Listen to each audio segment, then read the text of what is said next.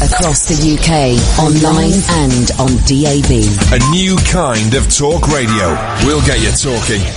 Talk Radio. Evening, dear listener. Thank you, Jake. Thank you, Ash. This is Iain Lee. This is Talk Radio. Do you want to be the first caller of the night? Do you want to beat Alan Caddick? Who I don't see Alan Caddick calling in. Maybe he's dead. This could be excellent. 0844... Not he's dead. That'd be... Well, yeah. 0844 499 1000. You could be the first caller of the night. Late night, Iain Lee on Talk Radio. We have ways of making you talk.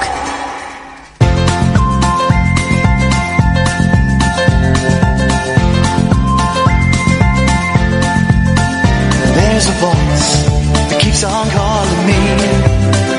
Down the road, it's where I'll always be. Every stop I make a new friend. Can't stay for long, just turn around and I'm gone again. Maybe tomorrow I'll wanna settle down.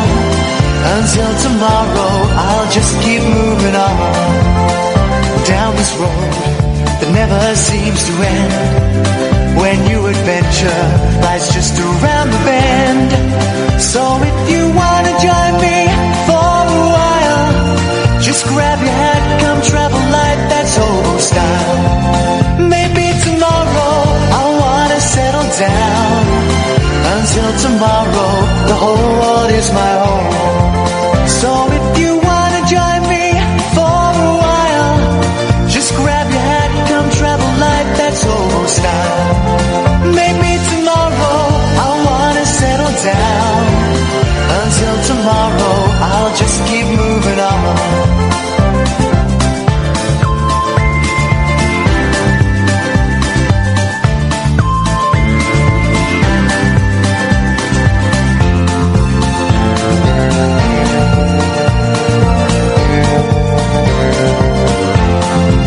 Maybe tomorrow I'll wanna settle down. Until tomorrow I'll just keep moving on. There's a world that's waiting to unfold, a brand new tale no one has ever told. We've journeyed far but you know it won't be long. We're almost there and we paid our fare with a hobo song. Maybe tomorrow I'll wanna settle down. Until tomorrow I'll just keep moving on. So if you wanna join me for a while, just grab your hat, come travel light, that's old style. Maybe tomorrow I'll find what I call home. Until tomorrow, you know I'm free to roll. Okay. I'm tired. You're tired. What day is it? Were these here the other day, these talk radio things? No, there are new things in front of me. I knew something was messing with, what do the Japanese call it? Feng Shui. Feng Shui, isn't it? The Feng Shui. The ancient art of bullshine. Where, oh yeah, you've got to have the stairs. Got 'em, I won't do the voice, because that could be perceived as being racist, although it would be done with affection. I'll do the voice for a little bit. You've got to move the stairs. Cause the dragon can't breathe fire through house. That's what they do, isn't it? And it's bullshine, the Feng Shui, but maybe it's not. Maybe it's not bullshine. Maybe it's genuine, because I came in here and I felt there was something, and it was a little bit racist, the voice, so I apologise for that. Something wasn't quite right. And they've put, things on the microphone that say Talk Radio. I know it's Talk Radio. I work here. I tell you what, when you get the bloody cameras working in the studio, then there'll be a point of having this. Do you know what I mean? What are you doing? Or instead of, I don't know, guys, instead of advertising the station in the studio, advertise it outside in the real world so people could find us. First call of the night, it's Alan Caddick. Evening, Kyle. Evening, Ian. It's Caddick here. Alan Caddick has... This is unusual, Carl, right? Because Caddick is, he's a controversial figure. In the same way that Boris Johnson is controversial, in the same way that Fred West was controversial, right? People either love him or, hate him. I'm in the latter camp. I don't mind him, but I was just determined to try and beat Caddick tonight. Well, here is the thing, right? Alan Caddick normally calls him first. Every single night. Every single night. He's not calling first. You've called him first. You beat him to the punch. But he's not called in at all. Which makes me think, maybe, just maybe, he never existed at all and was just a figment of our imagination. What, Caddick or Caddick's mum?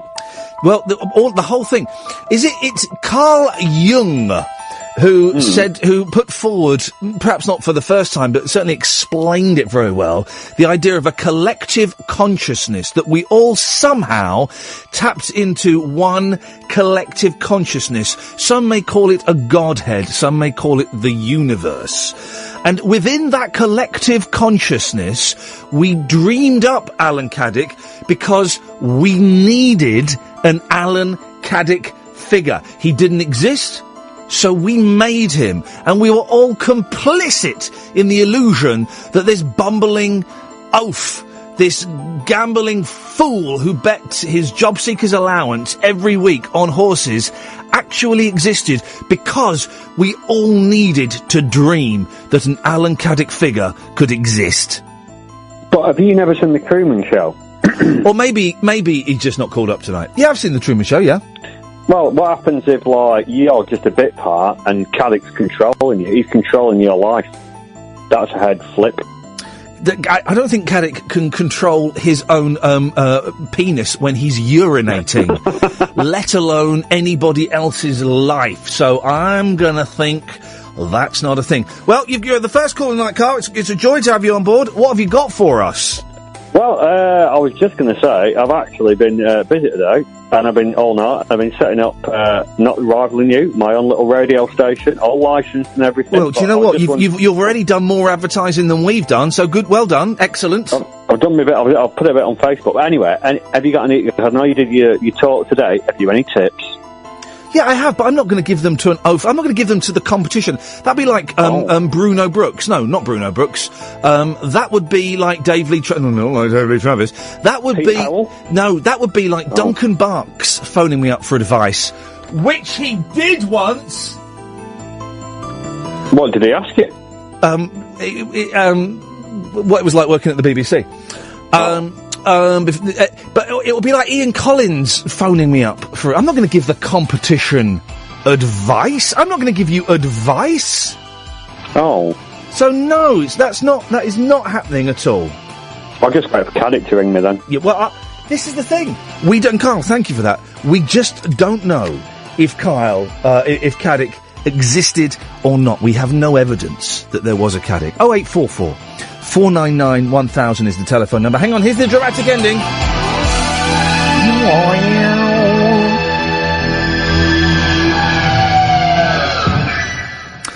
Oh, I thought it ended. Oh, there it does. It ends there in a really bad edit. Thanks. Who was it? Who wrote that music? It's Tubular Bells, Mike Oldfield. How many times? Okay, here's the first question of the night, guys, because I'm a spent force. I've been driving for 6 hours of my life today, right? I got up really early, so I got home at about got to bed at 2:15, lights out, was awake at 8:30, thanks brain. Then I got up and I drove to Bridgewater, which is in Somerset, not Devon, as I was saying yesterday. 2.5 hour drive, right? 2.5 hour drive. And I gave a lovely talk to some delightful students for about an hour and a half. Then I had a little wander around. And then I came back, and I'm knackered. I'm really knackered. So I've got nothing. So I'm totally dependent, not totally dependent on you suckers. I can do this without you if I wanted to, but let's not put that to the test tonight. 0844 499 1000. Now, there have been, I'm going to say, 4 different versions of Tubular Bells by Mike Oldfield. He keeps re-releasing the same album. He keeps doing different versions of it. Because the first one, I've never heard Tubular Bells, apart from that bit. Did the first one, it had Vivian Stanchel on it, didn't it, from the Bonzos? I think he was doing the narration. The Tubular Bells! I think that was Viv Stanchel. Who was an utter genius, and boy, what a thrill it would have been to have interviewed him. 0844 499 1000. But I think Okay, here's the first question, right, for you. And we're gonna do like a proper traditional phone in tonight, okay? So bear with me. I'm not feeling too artistic at the moment. I'm feeling functional. I'm a functioning addict. We're gonna function. Right. Have you listened to Tubular Bells all the way through more than once?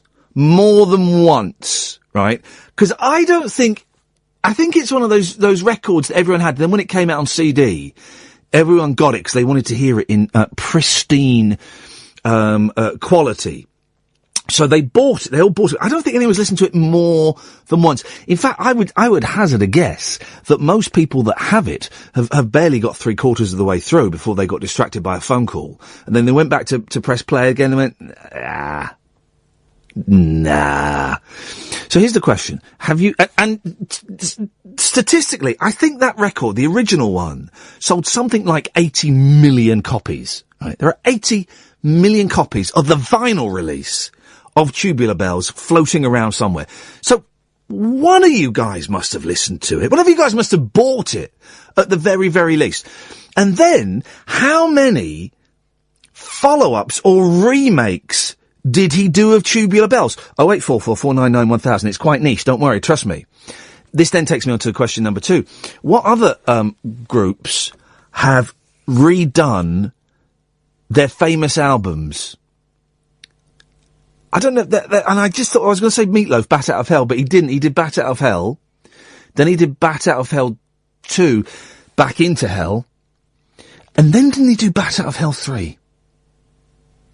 Didn't he do that? Didn't he? I'm sure he did that. Meatloaf, right. And by the way, no one's calling in, which is brilliant, because actually I can sit here, I've got a second wind. I can sit and talk for England here. 0844 499 1000. If you call, you will literally come straight to air. We'll call you back. Meatloaf is an odd one, right? Because, he's nothing special, is he? He's just, and I'm gonna say this, and I don't normally make comments like this about people's weight, right? He's just a fat bloke, isn't he? He's just a fat karaoke singer. And that's no disrespect to chubby pub singers at all. But that's all he is. And the songs are brilliant. From the first Bat Out of Hell, right, is brilliant. Flipping brilliant, right? Took the words right out of my mouth. Whoa, it must have been when I was clapping, yeah. Brilliant, right? Love it. Can't go wrong with it. He didn't write any of those. It's all Jim Steinman. It's all Jim Steinman. The whole Meatloaf thing. Meatloaf is like the 70s equivalent of S Club Juniors. Isn't he? He's the rock 70s equivalent of S Club Juniors. And by that I mean, and again, you know, my favourite band is the Monkees, so I'm not making a judgment against manufactured pop, but a completely slick, manufactured image, really. Do you remember he did an album, right, with Bonnie Tyler called Leather and Lace. I think he was the leather, and I think Bonnie Tyler was the lace. I'm not totally sure. 0844 499 1000. So where are we so far? I'm holding off. I'm holding off the topic that I want to do with you, because I'm not quite sure how to phrase it. We tried to play it as a game before the show, and then we both went, ooh, we can't play that as a game. You know, we have these like poker games that we play. I've got a good one, but we can't play it as a game. So I'm hesitating as to how I'm going to introduce it. Because I don't want it to sound like, thank you, here comes a lovely cup of tea, that we're making fun of it's linked with tragedies, like proper murderous tragedies, okay? So I don't want it to sound like we're making fun of the tragedies. We're not at all. But something struck, but we were playing it as a game of poker, so that's a little bit flippant, so I need to find a way around that. So, let's take a break. Pause, hold it. Music Geek, Jake, Ray, people are calling in. Excellent. Keep calling in. 0844 499 1000. We will get to you. Let's just have a recap before we go to the break. Has anybody listened to all of Tubular Bells all the way through more than once? How many times did Mike Oldfield, carried away by a moonlight shadow, remake Tubular Bells. What's so special about Meatloaf? And we've got a game to play that's not a game because that would be tasteless. 0844 499 1000. These are just things that I have spoke. These are just words that I've put out there, right? You can call in about anything you want. I can see a couple of people going, I can't talk about them. You don't have to. Talk about anything you want. I'm just feeling a little bit, I'm so tired. I've got a really busy day tomorrow as well. Lovely day. I've got the kids tomorrow, which will be great. My youngest is doing an assembly. But I'm shattered, absolutely shattered, beyond breaking point. I went to breaking point and I went past it. I have to go back to breaking point and break. But I've gone past it. So I'm kind of gonna do, in my head, I'm feeling a little bit more traditional, a little bit more straightforward. So I might do a little bit more of a traditional show, but doesn't mean that you have to. You do whatever you want. You know that. 0844 499 1000. You call up. You'll speak to Kath at the moment. She'll call you back. We'll get her in the studio in a bit as well. Music Geek.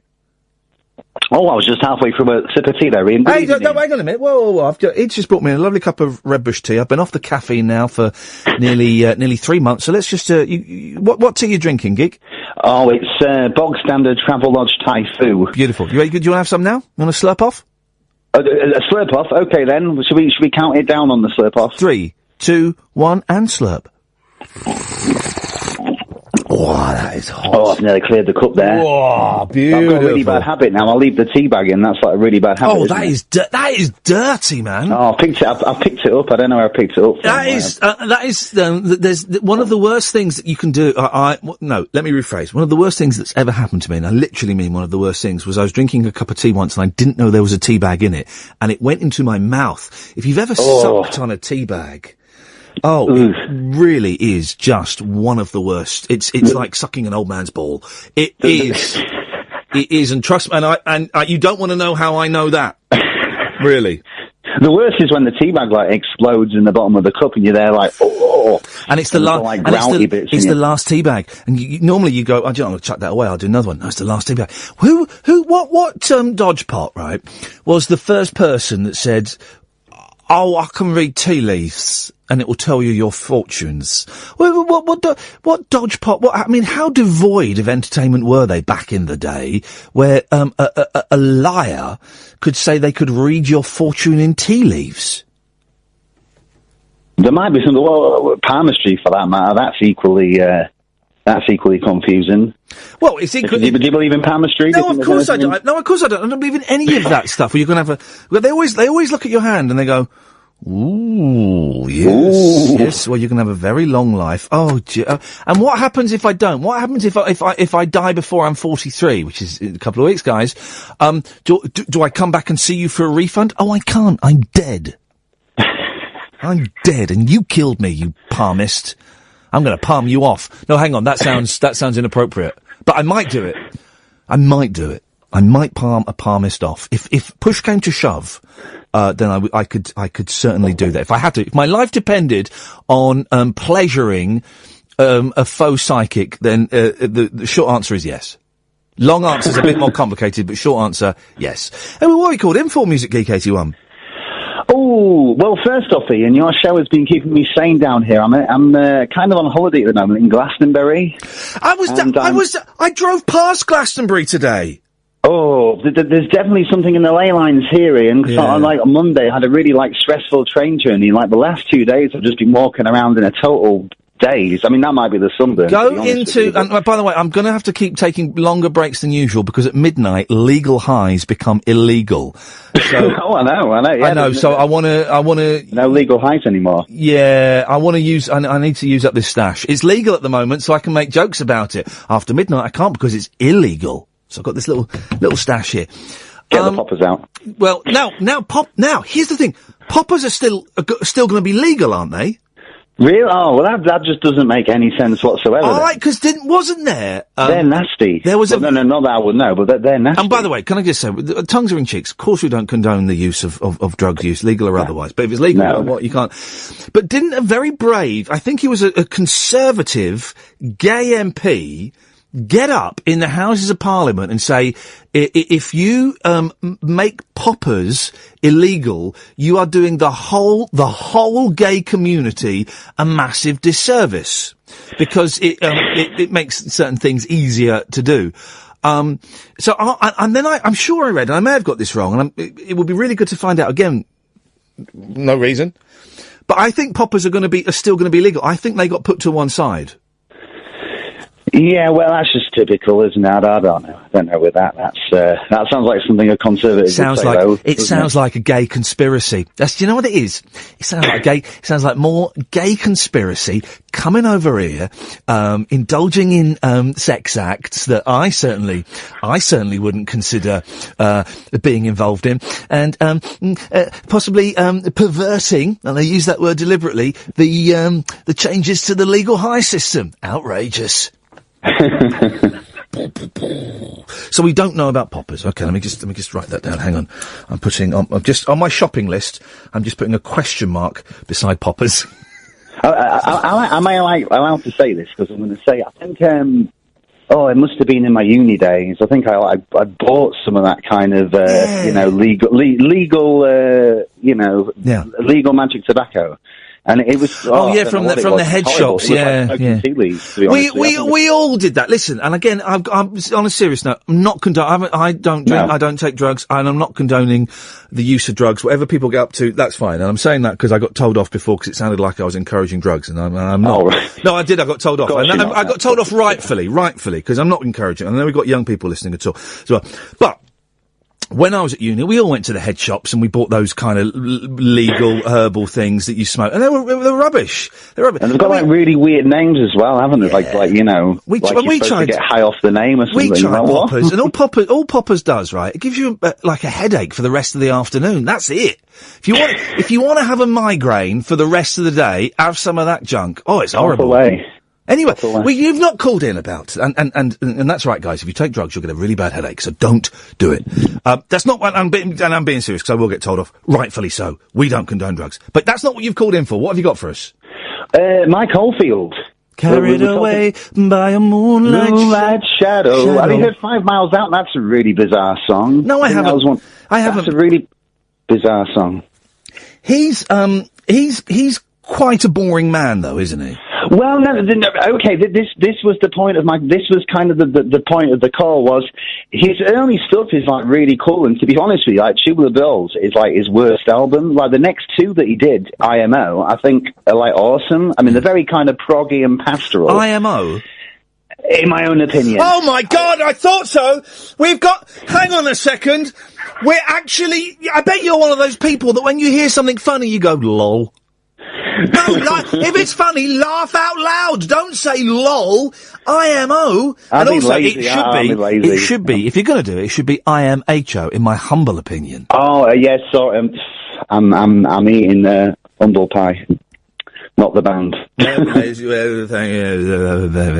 were a raucous, rock and roll, nonsense. But how, he did loads of different versions of Tubular Bells, didn't he? Yeah, I think he did about 4 or 5, and then there's an orchestral one. There we go, yeah. But 2 years ago, I went to Hereford, and his second, because he tried to he didn't know what to do after Tubular Bells. He was like, what I'm going to do is, it was a huge hit, big, launch version of whatnot. He didn't not know what to do. And he was quite a sort of nerdy. He wasn't the kind of geeky, Blue Peter guy. He was quite a long. Isn't there a story, right, that he was booked to play at the Royal Albert Hall, and he used to get stage fright? This is totally true as well. And he was on Virgin, and Richard Branson was driving him in his Rolls Royce, and they pulled up to the Royal Albert Hall. What happened?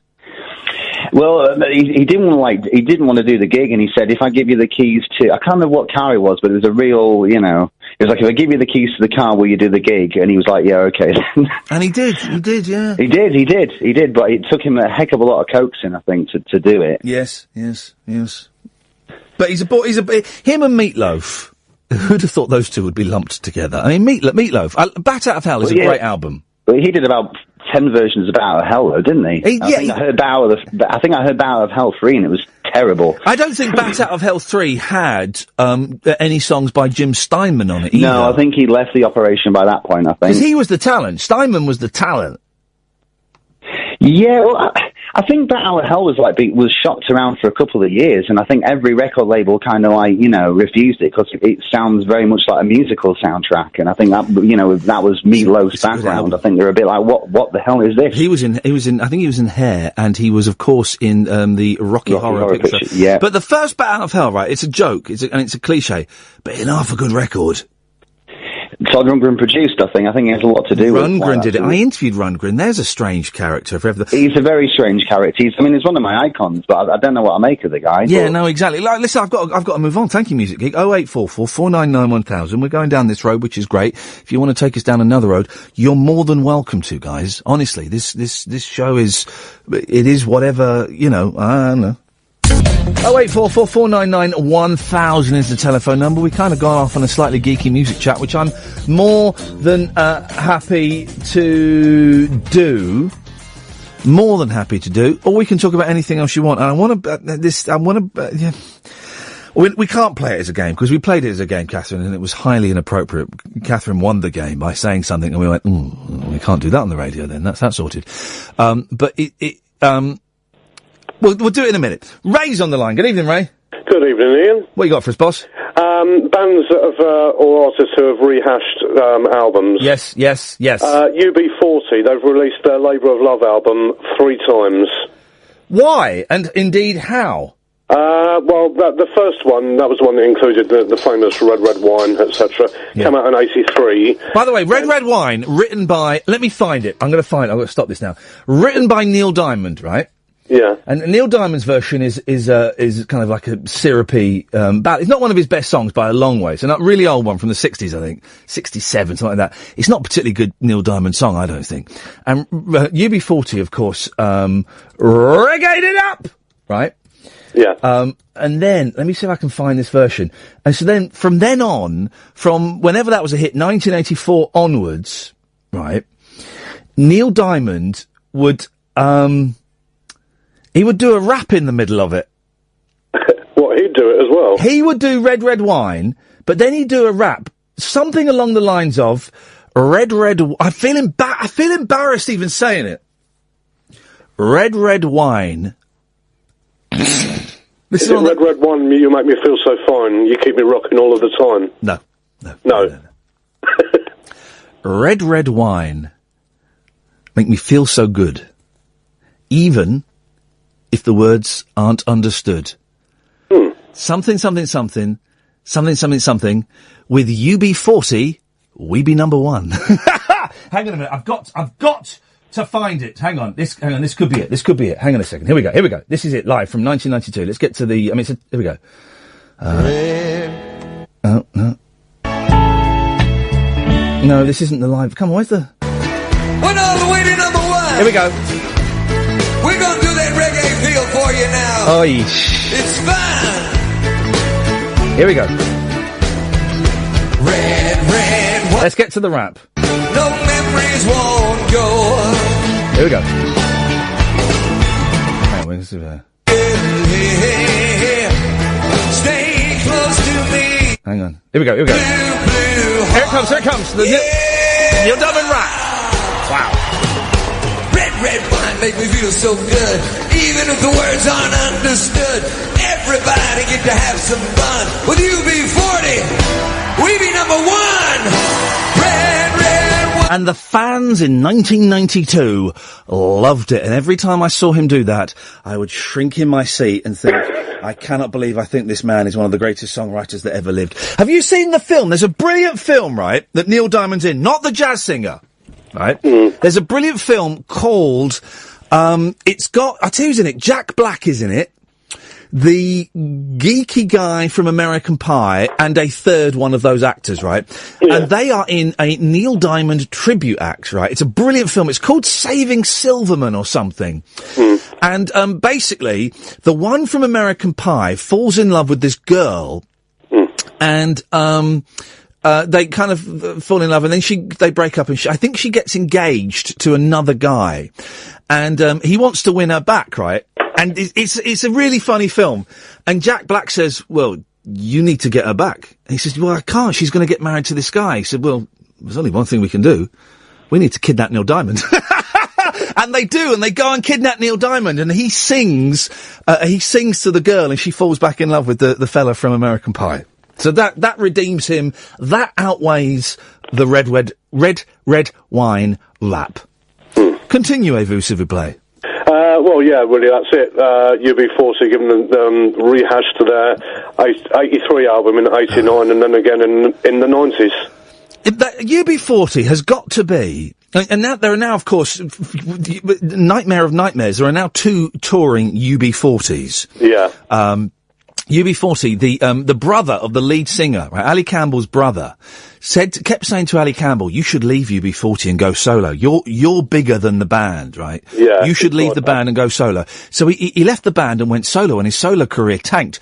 Do you know who replaced him in UB40? No, you'll have to tell me. It was his brother who told him he should go solo. Isn't that brilliant? Isn't that brilliant? And now there are 2 touring UB40s. God, when will those guys sort out their differences and both stop touring? Ray, thank you very much for that. 0844 499 1000. Yes, Jake? Oh, hello. Is that Ian? Is that Jake? It is. I caught you. What are you eating? What's going on there? No, I'm just outside. Hold on. Okay. Let's try something different. Oh. Hello, is that better? No, I could still hear. No, it's exactly the same. I wasn't No, it's a crystal clear. I nearly said crystal queer. Oh, that would be my drag name. If ever I take the plunge and become a drag queen, which is, it's my ambition, then I'll be crystal queer. I'm crystal queer.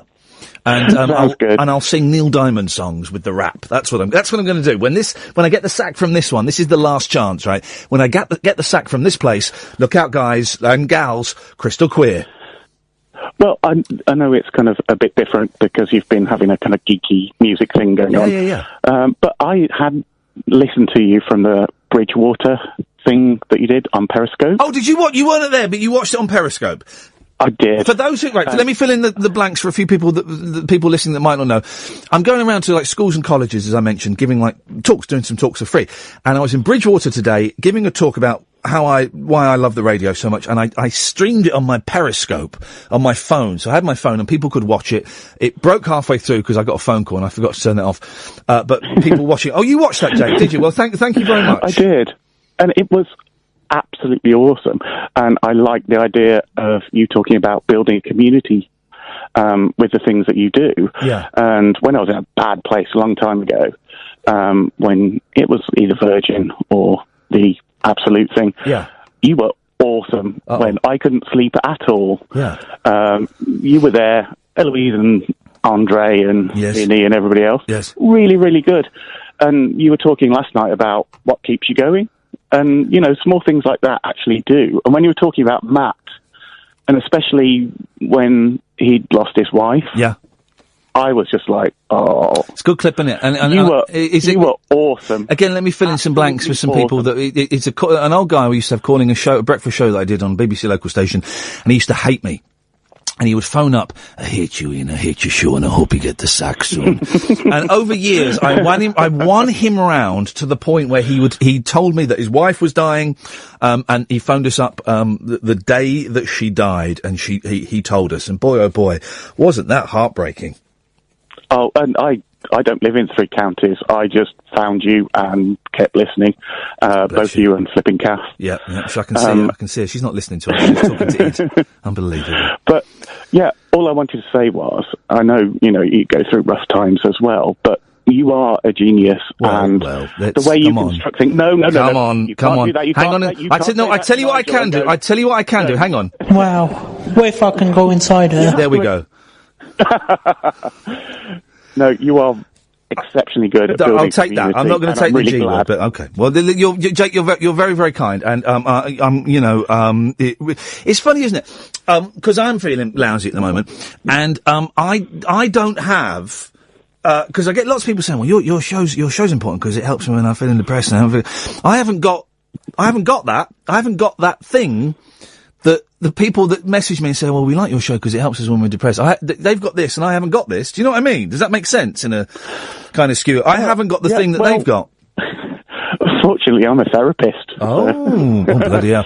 The number of therapists... Whatever gets you through the night, as you say. Yeah, the number of therapists that are screwed up themselves. And I'm not saying, I see a therapist, and I've seen plenty of therapists, and the number of therapists, I'm not speaking about the guy I see now, but that have had problems with drugs or sex or have been, have been through abuse, all these kind of things.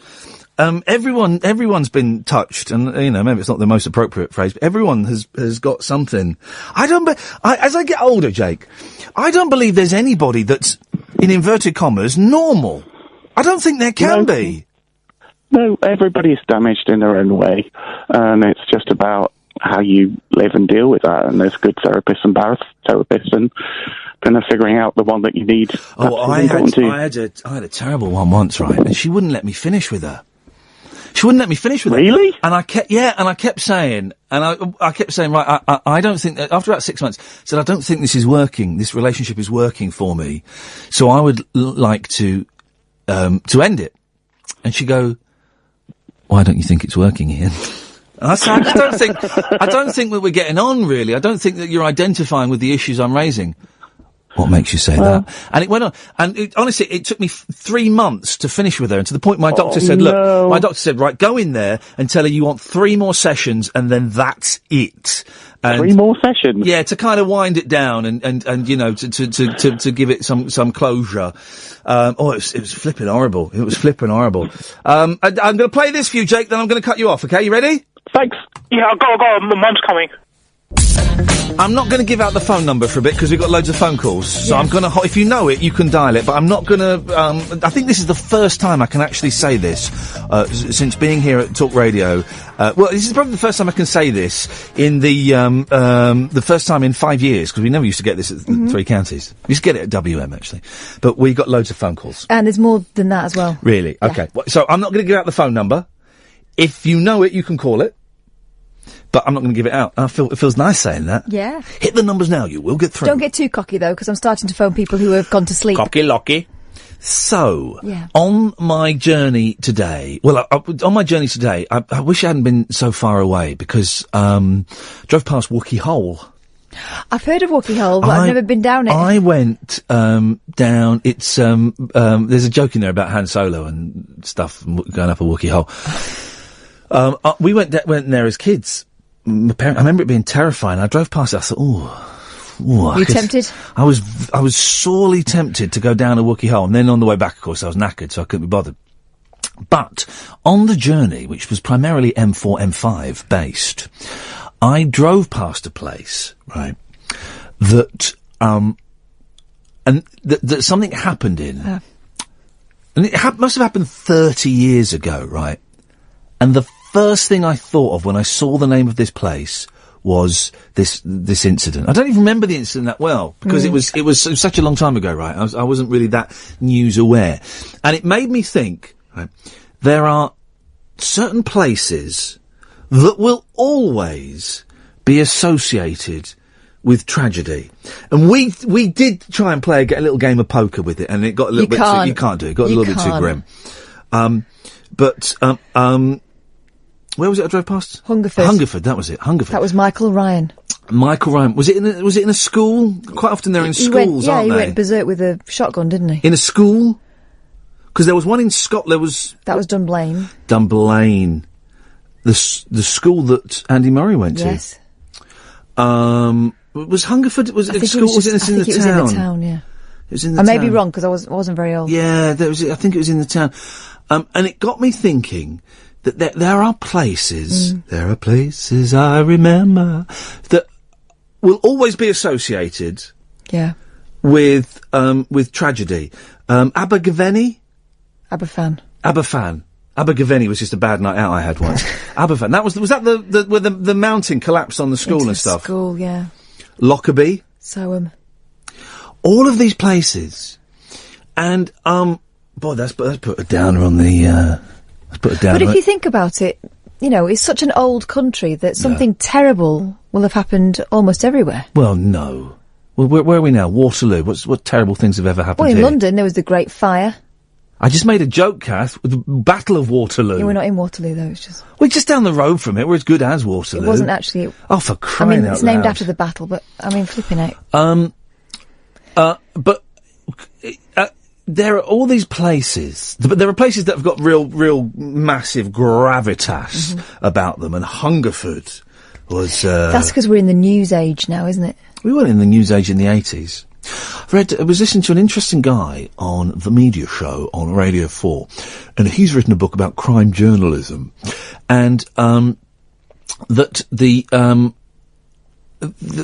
newspaper moguls blamed the steady and rapid decline of the evening newspapers. You used to get evening newspapers. Now you get the Standard for free. Yeah. You used to have to pay for it, but there used to be like 2 papers in London, didn't there? There used to be evening papers all across the country. And the newspaper moguls blamed the abolition of the death penalty. As soon as the death penalty went, evening papers, boom, wow, just fell through the floor. People stopped buying them because you didn't need to know who, no one had been hanged. No one had been well hanged. Yeah. You're well hanged. It's hanged, yeah.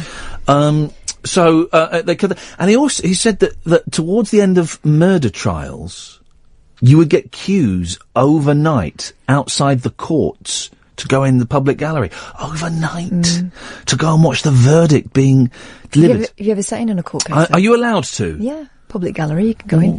When I was a journalism student, I used to have an old fella that used to work at one of the news agencies, actually in the Old Bailey, and used to get me into some flipping amazing cases. I mean, you have to pinch yourself to remember that this stuff had happened to somebody, because it was like watching, it was like theatre.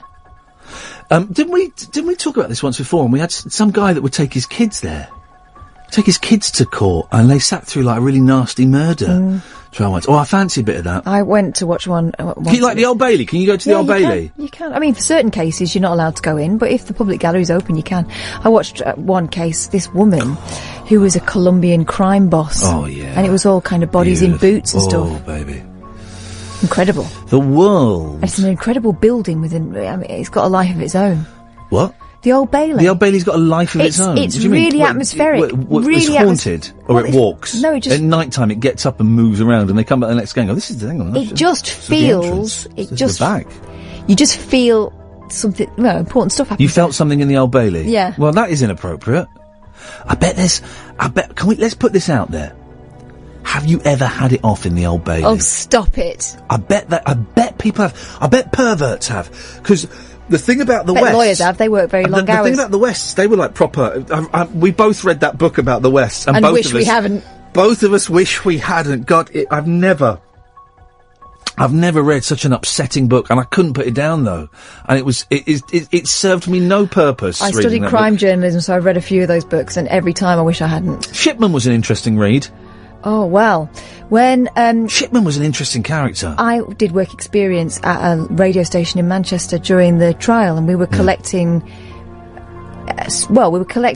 sort of guests for afterwards. Yeah. And I went to the area where he'd been operating. Yeah, literally. And, and it was in the street, meeting person after person who said, best doctor I ever had, always had time for us. Yeah. People coming, and when they knew we were journalists, coming to seek us out to tell us what a fantastic doctor he was. But then, we met one of his nurses. Yeah. And she told us all kinds. He was a bully, wasn't he?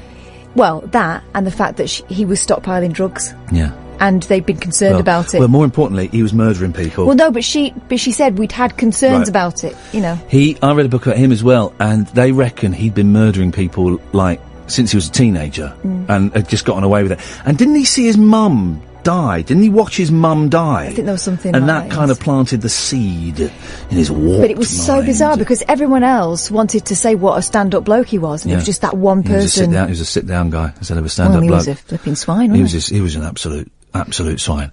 I hate to say this, but we are due another one soon. There's probably one operating as we speak. We're due another one soon. We haven't had one. Who's the last one on that kind of scale? The scale of the Wests and the scale of Shipman. Well, more recently, it's been more about kind of people being kept hostage for years, isn't it? That's very trendy at the moment. Yeah. Someone was interested. Well, don't worry, we'll lighten the mood again. It's just the way the conversation's gone. 08444991000. Someone was interesting, because I remember Huntley, appearing on telly. Yeah. And he was very helpful to the journalists. I remember him appearing on telly at the time. I think I was living with Mackenzie at the time. And I went, there's a wrong one there. As you kind of do, there's a wrong one there. It's like, and isn't this terrible, right? When a kiddie goes missing, everyone's a suspect. I always think the stepdad. And it's terrible, but I always do. And with something, I went, there's a wrong in there. There's something not right about that fella there. Again, a colleague of mine ended up talking to him. He was going out of his way to be at the centre of things. It was a very bizarre, horrible. It's weird, isn't it? We'll do another one, guys. Oh, wait, don't give the number. We've got plenty of calls. Alan's on the line. It's not Alan Caddick, is it? It is. Hey! Number 6. Hang on. He's counting. Now the show can start. He's back. When Alan phoned me, he said, "Oh no, I'm not number 1, I'm going to have to be number 2. I went, well, guess again, Alan. I'm afraid there's other people pipped you to the post. Caller number 6. Caller number 6. Caller number 6. Come in, now caller number 6. Start. What the hell is going on, Alan? Where the hell were you? I was looking after my mum because she came out of hospital That today. is not a good enough excuse, dude, and you know it. Oh, I wanted to be first caller, but I've been bribed by Facebook telling me you're not going to be first caller. No, you got busted, mate. You got busted. Who busted me? Kyle did. Kyle busted your balls, man. Your balls got I'll have a word with him. But he did do quite a passable impression of you, so you were there in spirit. Was the Lily Hair Baby ain't been tuned? Why the hell not? Yes, it was. Oh, damn, I missed it. I tell you who I miss. Can I tell you who I miss? And I thought about this guy today, and I thought I miss him. Matt. Nick Clegg. Oh. I miss Nick Clegg. What, the Liberal Democrat backbencher? No, other Nick Clegg that no one else knows. The Liberal Democrat. Yeah, I miss Nick Clegg, because now, and he's right. Now that the coalition has ended, Ian. Don't we miss those guys? Because they were doing all the good work. They were holding back all of this evil that is seeping forth. Yes, Alan? Sorry, my dad was called out saying, who am I talking to? Oh, who are you talking to? I'm talking to you, Ian. Oh, right, okay, we both had to pause for a second, Alan. Neither of us were completely sure, were we? Oh, sorry. Got people moaning outside. Can't win here. You can't win, can you? Sixth caller of the night. Your dad's telling you off. We're talking about Nick Clegg and Harold Shipman. And I've got the neighbours moaning as well. What are the neighbours moaning about, Alan? Because of me talking on the phone. Well, where are you? Are you in their house? No, I was in the back garden. Oh, for crying out loud. But you're not talking that loudly. No. And the neighbours saying, shut up, we're trying to sleep. They're not trying hard enough if they're still talking. But why can't... Okay, well, why are you in the back garden? Because I didn't want to disturb my mum and dad. Okay, but so you're disturbing someone else's mum and dad. So where are you now? I'm in the kitchen, where I usually am. Okay. You're in the doghouse. That's where you are, Alan. No, the doghouse is too small. Okay. What have you got for us? I don't know. What are the topics tonight? Okay, let me try and remember. The topics are tubular bells and... My comment, he did a remix of the Blue Peter theme tune. He did do a remix, and it was terrible, wasn't it? Rose, I remember it growing up, watching Blue Peter. Yeah, he did. And thinking, oh, that theme tune's a shocker. Yeah, I do remember. It was a little bit silly. And also, one of the presenters did the drum roll. You do? Yeah, you said that. I remember them. They were in his studio, weren't they? Yeah, Simon Groom did it. Yep, Simon Groom. And there's an unfortunate name for a BBC host, Groom. He interviewed me when I was a kid. Well, you've turned everything around to you meeting someone in Manchester once. No, it wasn't in Manchester. Okay. Where was he from? Derby County. Yeah, you know where he used to work. Blue Peter. No. 3 counties. Yeah, of course he did. And we've talked about Nick Clegg. We've talked about legal highs. Backbencher. Do you know if poppers are going to be legal after midnight? Well, I'm not sure. I do might be popping for popcorn. Okay, well, that's great. And anything else you'd like to throw into the mix, Alan? Talking about mixed-up bands, because I've been remembering, I heard you talking about UB40. Terrible band, yes. Well, some of that music was really good, like Cherry O Baby. No. And Breakfast in Bed. No. And Neil Diamond, I didn't know he did a rap. Yes, he did. Well, I mean, can you call it that? Yeah. It's a Red, and you look at that man. We will about it like all the time. And everybody will have some fun. UB40 will be number one. Thanks very much indeed. Go in the garden and do that. That's Alan Paddock here, ladies and gentlemen. Gosh, what fun. Okay, well listen, we're an hour down. Have we learnt anything? No. Are we any further along our evolutionary path? I don't think so, guys. We're just kind of plodding along and trying to keep our heads above water. John, Stuart, stay there. We'll come to you after the news. If you want to give us a call, now is an excellent time to do it, dear listener. 0844 499 1000. 0844 499 1000. I'm Iain Lee. This is Talk Radio. Talk Radio. 1 hour down, 2 to go, guys. I'm flagging. How are you doing? We can make it. Of course we can. The stuff that we're talking about, none of this is worth a bag of beans. We can carry on talking about it, or maybe you've got stuff that you want to share with me. Now is an excellent time to call. You'll speak to Kath, and she'll call you back and put you on. 0844 499 1000. You can watch on periscope.tv/Iain Lee. This is Talk Radio. This is the news.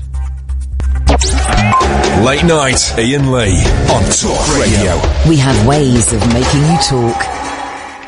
Well, I'm not the kind to kiss and tell, but I've been seen with fire up. I've never been with anything less than a 9. So fine. I've been on fire with Sally Field, gone past with a girl named Bo, but somehow they just don't end up as mine. It's a death-defying life I lead. I take my chances. I die for living in the movies and TV. But the hardest thing I ever do is watch my leading ladies kiss some other guy while I'm bandaging my knee. I might fall from a tall building, I might roll a brand new car, 'cause I'm the unknown stuntman that made Redford such a star.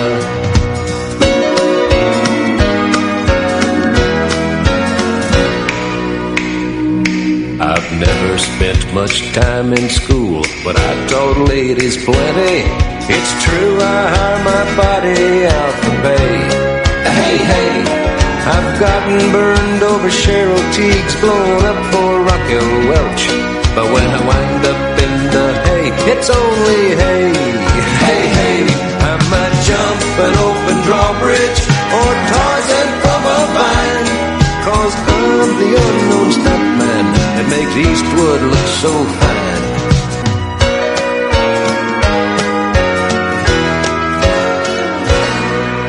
We got, I can't believe I'm actually saying this, we've got loads of calls. I don't need to give out the phone number at the moment. We've got loads of calls. We've got other people waiting to call back as well. This is insane, guys. What the hell is happening? This can't be a success. I'm involved. If you know the number, you can call up. You'll still get answers and you'll get on the list, but, I'm not going to give out the phone number because we've actually got quite a few calls and that is good. This is Iain Lee. This is Talk Radio. We're kind of talking, well, it's, I'm feeling really tired. I drove to Bridgewater in Somerset today. I've spent a total of 6 hours in my car. And it was, it's funny, isn't it? Driving for 2.5 hours then and 3.5 hours to come to work. Why is that tiring? I suppose it's the mental exertion, isn't it? It's the focus. Is it the focus? Well, you're not even that really, that focused when you're driving because you kind of go on autopilot. Not literally, you haven't got that in my car. But you kind of go on autopilot and, don't think too much about what's going on. You enter a netherworld of existence. But so I'm exhausted, and so I'm kind of doing, and I'm going to experiment with this one day, maybe next week. I tell you what, we'll do this one day next week, Kath. We will do a proper late night phoning show. We'll do it. We'll give it a go for a laugh. And I'm not quite sure what we'll do, but we'll should we try it? I always say these things on air so that it means that we do it, but then it makes it harder for ourselves. We'll do it. Okay, let me back away from that a little bit. We'll consider doing a proper phone-in show one night. We're kind of doing close. This is the closest it's been to a proper phone-in show since I've been here, I think, in that we're kind of, I am throwing topics out and, we are talking about them. But it's just because I'm exhausted, man. Absolutely exhausted. How are you doing? Is it Wednesday tonight? It is Wednesday, isn't it? Wednesday. Busy day tomorrow. I've got the kids tomorrow, which will be wonderful because I've hardly seen them, but will be exhausting. My youngest has got a line in the school assembly, so I should be having some of that at 9:10 tomorrow morning. Right, let's go to the calls. Yes, John. Hello, Ian. How you going? I'm all right, fella. What you got for us? Well, I've got a few things really. Well, I started off. I was going to phone about bands that have rehashed albums. Yes. Bon Jovi did one called "This Left Feels Right," and it was all acoustic versions. They're all their old songs. Oh God. And it was a very terrible album. Shocking album. I don't even know why I listened to it, to be honest, but I did, and that's something. Do you remember in the 90s, I was reminded of this because I watched that documentary about Kurt Cobain, a man from Nirvana, a group I never really I was never into Nirvana. No, I thought they were, I like the hit, but the rest of it I thought was absolutely ridiculous, really. Yeah. But I was reminded of a phenomenon, in the 90s, right? And everyone was clamouring to do it. The MTV Unplugged. Oh, the Unplugged. The MTV Unplugged. Was McCartney, I think McCartney was the first person to do it, wasn't he? I don't know who the first one I remember doing was Clapton. Clapton, yeah, he did, Tears in Heaven, there's a sad song. Yeah. Yeah, Clapton did it. I think McCartney did the first one. I remember it was, I had to get a mate, that must have been in the late 80s, because my friend Slim taped it. He was a big lad. He taped it for me, because he had, cable TV, and we didn't. Yeah. And I was still at school. I was going to say, yeah, it's when only a few people had Sky, wasn't it, when it first came out?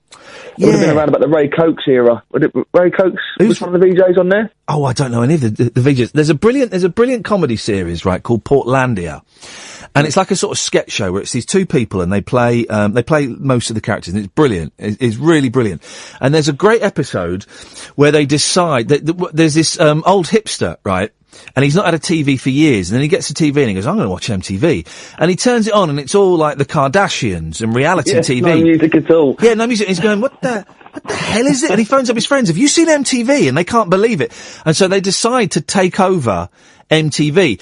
And they go and get all of the old VJs, right, who are now living, now middle-aged and living their lives. Yeah. And they go and hijack MTV. It's brilliantly done. It's so funny. Yeah.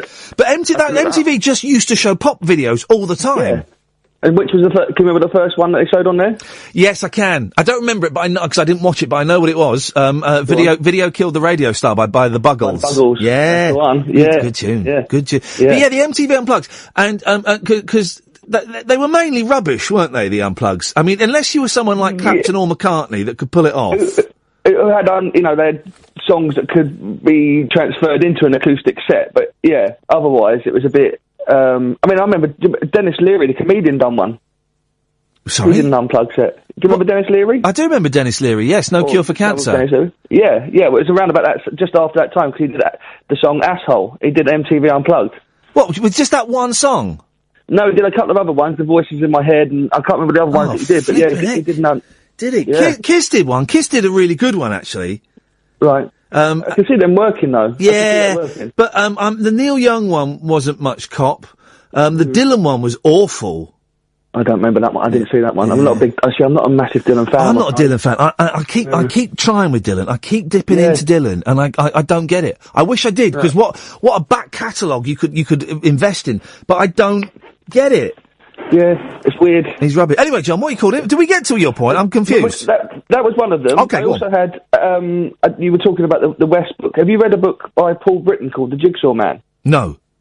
Like, that one, I read that, and it's another thing, it was what you couldn't put it down. He was, like the Robert Coltrane character, in Cracker. Yeah. He was a criminal psychologist, and he worked he worked on the Jamie Bolger case. Oh, blimey. The one on Wimbledon Common, some of the big high-profile murders, and that's I couldn't put the book down, but I didn't want to read any more either at the same time. Really good book. Well, do you know, I'm going to buy it for a penny. Oh, there you go. Yeah, it's worth a penny, trust me. The thing is, though, you don't get it for a penny. It's not, because you've got to do the You've got to do the postage! God, it makes me puke. Oh, £2, £2.80. There we go. Can you not get it on Prime? Because your Prime's running out soon. Can you not get My it Prime runs out. What's the date today? Oh, my Prime runs out in 3 days. Quick, cane the Prime. Yeah. Cane the Prime. There we go. I've caned it. I've caned the Prime. There we go. Brilliant. Two last things, if you'll indulge me. Yeah, go on.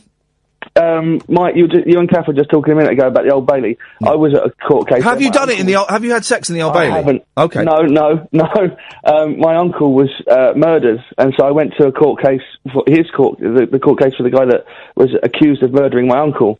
And it's a very just Kath was right. You walk in, and the walls are alive, man. They're just you get the sense of everything else that's ever happened in there on top of what you're going there as well for. The case is finished now, right? Oh, a long time ago. Okay, yeah, so we can. All right, we can. Did they get found guilty? Well, this is the thing. So the man was accused of 2 attacks. Yeah. One guy survived. Unfortunately, my uncle didn't. I can't. It was so long ago. I can't remember all the facts. Yeah, of course. I remember that the judge, when he was in his summing up, said that the knife wounds were identical. They found the knife that had done the attacks. They were both identical on the same in the same places on the different people. But the jury didn't find him guilty of my uncle's murder, but did find him guilty of attempted murder of the other fella. So my uncle's murder was never solved, really. Really, it was a really hard time. Cause we were there, and I can remember showing you I was there with my mum. It was her brother, and they were showing you the pictures of his autopsy and stuff. And man, because I was at home as well when the police came and knocked on the door to let me know. How old were you when you were seeing all this? When was it? 98. So I was 21, 22. So still a young man. I was a naive 22 as well, to be honest, Ian. So yeah. And that moment, right, when the fella accused of it walks into the court and you see him for the first time, or your mum saw him for the first time. Yeah. I had to restrain her. I had to, because she was about to jump up and scream all sorts of obscenities at him. Of course. But then I'm fighting my urge to do the same thing as well, because not only was he my uncle, and I went and worked. We were really close. I went and worked with him in Greece for a summer. We were like brothers almost. But yeah, so I'm fighting my own urges to spit at him almost, but holding my mum back at the same time is and then the same thing happened at the end when they acquitted him of Tony's murder. It was like, at least he was going to prison for something, but not for what we wanted to go justice, for. It felt like justice had not been served for your uncle. I guess. Yeah. I always, thank you for answering that question, because you could have told me to jog on. I cannot comprehend the dignity of people like you and your mum when you have to sit in court and watch the person that you think, or that or gets found that murdered a member of your family. I cannot imagine what that is like, and how dignified those people are that sit there and do sit still. Do you know what? It was a weird mix of emotions, Ian, because there was this one. It was like I say, the urge to leap at him. There was the sort of weird kind of joy that at least had caught someone. Yeah. And another reflected one of that was that at least he was going to be off the streets. And then I also sort of felt sorry for the jury having to make that decision as well.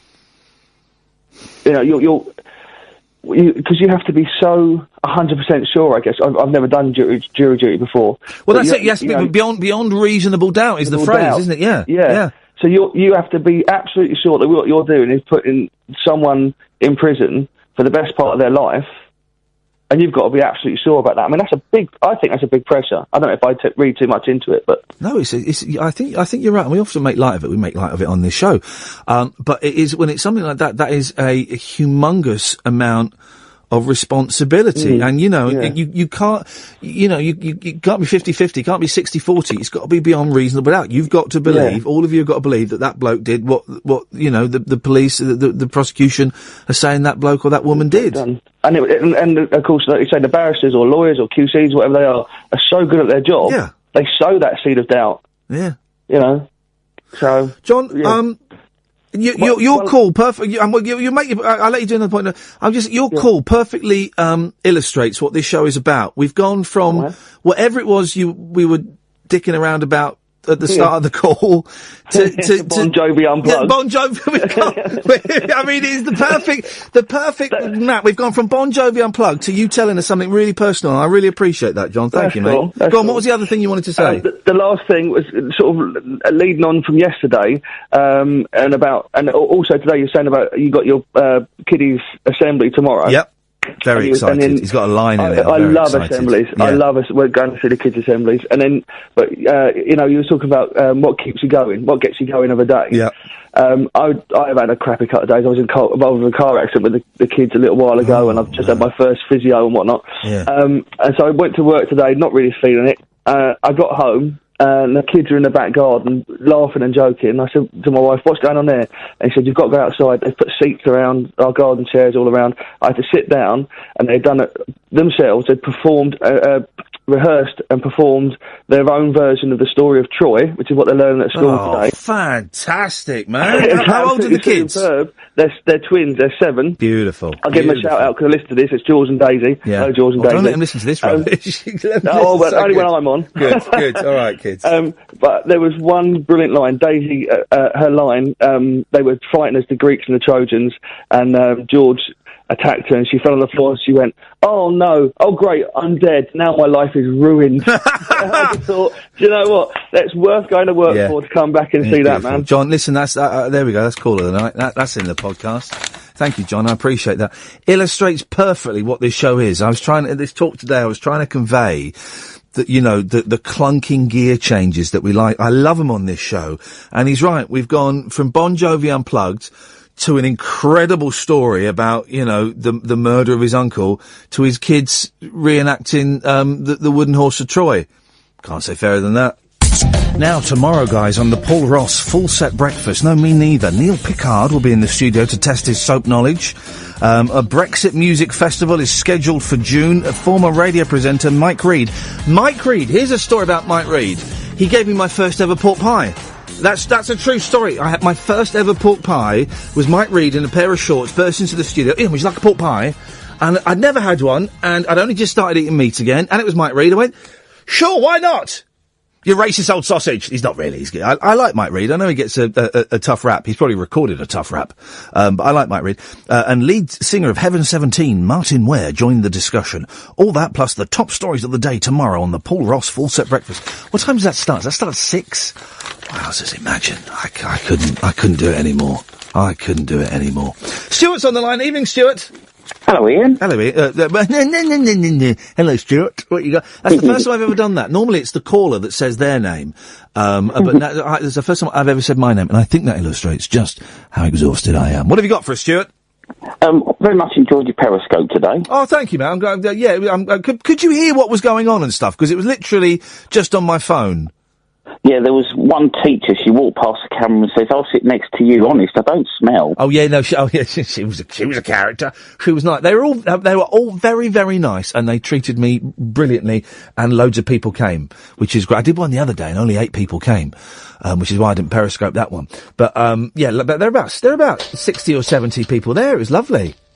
I mean, the general world of Periscope, I mean, I've watched your show on Periscope every night since it started. Pervert! Well, yeah. There's the good and the bad. I mean, you've got, I'm into watching these tornado chases across America. That's quite good to watch. Really? And then you've got, the American car chases and stuff. Yeah. Then obviously you've got the dark side of Periscope, If I get 100 views, I'll pour a bottle of milk over me sleeping grandma and stuff like that. Oh, really? Where do I find that stuff? Oh, it's just all over the place, isn't it? Brilliant. There's a fella a bloke called Steve Allen. He does a radio show from Hong Kong for 3 hours on a weekday. It's a different Steve Allen. Don't worry, guys. It's not that idiot. Yeah. Okay, right. Yeah, wow. But, you know, for the dirty man with an anorak, it's... there's a lot of... really. There's a lot of, bums on there. I remember seeing a lot of bums. Yeah. I've not really, me and my friend Paul Garner, when we were both feeling miserable one day, we went on Periscope and toured the world, and we saw this redneck in America, and it was like 8 o'clock in the morning for him, and he was just sat on his garden with his rifle drinking cans of beer. We were just chatting to him. It's weird, for those who don't know, Periscope is a way where you can stream video, and I've got it set up in the studio here, and it's on my telephone, and people can type and talk to each other while we're doing it. But you get a lot of people who aren't very nice posting messages on there and stuff, don't you? And I have to keep blocking people, and it's a weird one, Periscope. It's a weird one. Yeah, there's a wonderful girl in Lincolnshire at 6 o'clock in the evening. She does tarot card readings for an hour. That's quite something to watch. Well, that's quite. Do you know what? This weekend, I'm going to have a little look around the Periscope world and see if we can find some bits and pieces. Because I tell you what would be nice. This is what we'll do, actually. This is what we'll do next week. Or maybe we might even do it. Let's do it next week so we can have a bit of time. We will all find, like, someone doing Periscope in, like, Wisconsin or something, and they've got 2 viewers, and then we'll all at once pile in and blow their mind by giving them an audience of about 2,000. How about we do that? Good idea. That's what we're going to do. We're going to find some sad sack next week who's got, like, 1 or 2 viewers, and on the word go, we are all going to pile in and watch and blow their minds. That's what we'll do. There we go. That'll be fun. So 11 o'clock in the mornings, Nuala McGovern does an hour from the BBC News Pit. That's quite a decent look at. Is it? We're doing what, though? Well, she reads a few news stories out, and then she wanders round people's desks and says, "What do you know what? I suppose my wife works there, so I go there quite a lot, because if I'm in London, I'll say, "Are you around? Can I bring the boys in to kind of have a look around?" So the News Pit at the BBC holds very few mysteries for me. Very interesting to watch. Well, I'm sure it is if you're not in the business. Yeah, of course. Yeah. You know, last night you were on about forums and that. We should start a forum for this show, and then you can read nice things. Yeah, well, the forum I'm backing all the way. It's not a forum, but it's a Facebook page. It's the Talk Radio Listeners Facebook page. I'm behind those guys 100%, and that is the unofficial place that I'm advocating people go to. Also, of course, go to the official Talk Radio Facebook page. I don't know what the address is, but type it in and you'll find it. I got Russ from Lichfield. I'm sorry about he's the that. one that... Yeah, I've known Russ for years because we used to talk to General Collins years ago. I'm sorry about that. Russ really gets on my wick sometimes. But his Facebook page, Talk Radio from the Golden Years. It's terrible, isn't it? No, it's a stinker, that Facebook page, isn't it? Oh, I don't know. Oh, it's absolutely awful. But I must say, through this show, I've got to know Ribena Rosie quite well on Facebook and social media. And hang on a minute. Who's that? Hang on a minute. What? Hang on a minute. Something's going on with me. Oh, Russ, you're not there, are you, mate? You swine. Oh, he snuck in through the back door when I was... You should have told me you'd whacked Russ through. Blimey! I'm only teasing Russ. I'm only teasing Russ. Oh, is that Stu Bailey? It is Stu Bailey, the legend. Hey, up, mucker. You're right, the legend. I'm not so bad. Stu Bailey, the legend. Thank you very much for plugging the group, as Ian spoke over you to block it out. we know where we stand with him. Yeah. So, here you go, Ross. Yeah, I knew, mate. Well, it's the first time I've heard you. To be honest, I wouldn't have recognised your voice else. There you go. You see. See, Ian, Stuart's one of my faithful members. It's just Stuart Daly, the legend. Yeah, I am. Yeah, you are. Stay there, Stuart. Russ, what you got for us, boss? And well, I've been a good sport as always, as per usual. No worries. APU, as per usual. No worries, mate. No, I'd rang up to talk about, to sort of lighten the subject matter, yeah, go on. so to speak. I was watching, whilst listening to you, watching that programme on Channel 4, The Human Pups. Now, because a couple of people sent me links to this. Explain this, and the picture looked weird. Explain what this programme is. We've got people listening to us in America, right, who this will blow their minds. Explain what The Human Pups is. Was. Well, in a nutshell, sexual deviance. That's my opinion. That's just my opinion. It's I don't know. They wear sort of leather gimp suits decorated to look like a dog with these dog masks, and they potter around on the floor and get walked down the street. So it's a human. I've got this right because I've literally just read the brief synopsis and seen the picture. So it's a human dressed up as a dog, and then they have like an owner who is a human. Who they call them handlers? Yeah, I bet they do. I bet they handle something. Do they like all good dog owners? Do they chop their balls off? It wouldn't surprise me, to be honest. They do. I think they do something with their castanets. Yes. You see, and is it sexual? Is there must be something sexual in it? Well, they claim that the UK pup scene is not sexual at all. The UK pup scene. That's what they call it. The one went to the European Awards, Pup Awards. Oh, for crying out loud! He came third. But over there, like, it's very sexual, mate. They've got, like, leather trousers with their back ends cut out, and like doggy tails which double up as some kind of butt device. Thank you. That's I was going to say, how they keep the doggy tail in place, and you've perfectly described it there. Yeah, exactly. Why? I mean, listen, I can get most sexual kinks, right? I can get it. I don't necessarily want to do them. I can get it, right? I don't get this on any level whatsoever. No. I mean, don't get me wrong, if it was like women dressed up as kittens or something, I'd probably find that quite interesting. You said kittens there. You're right. There is nothing, and I will say this, right? I will say this. There is nothing finer than a woman with a little painted black nose, whiskers, cat's ears and a tail, and she's swinging the tail around with her hand. There's something about that, Russ, and you're riding that vibe. You're probably getting it as well, Stuart the Legend. There is something undeniably, incredibly sexy about a woman dressed. I'm going to say a cat, Russ, because I think by saying a kitten, it takes us into a slightly grey area. There's nothing sexier than a woman dressed as a cat, swinging her tail. Purring. And I know where that goes back to. Catwoman, of course. Goes back to Michelle Pfeiffer. No. The original Catwoman, Julie Newmar, and also Eartha Kitt when she did it. Eartha Kitt was Catwoman for a while. Eartha Kitt and Julie Newmar. Purr. Oh, yes. Yeah, boys. Can't beat a bit of pussy. Thank you very much indeed, ladies and gentlemen. I mean, he had to go there, didn't he? Of course he did. It was Russ. Thank you, Russ. Thank you, Stuart. Okay, this is Iain Lee. This is Talk Radio. It's one of them shows. I think the middle of the week is a weird time to be doing a late night phone-in show, because really, who's up at 11:30 on a Wednesday night? I'm going to say it, and I don't in any way mean this as an insult, right? It's losers, primarily, isn't it? I count myself in that when I say that.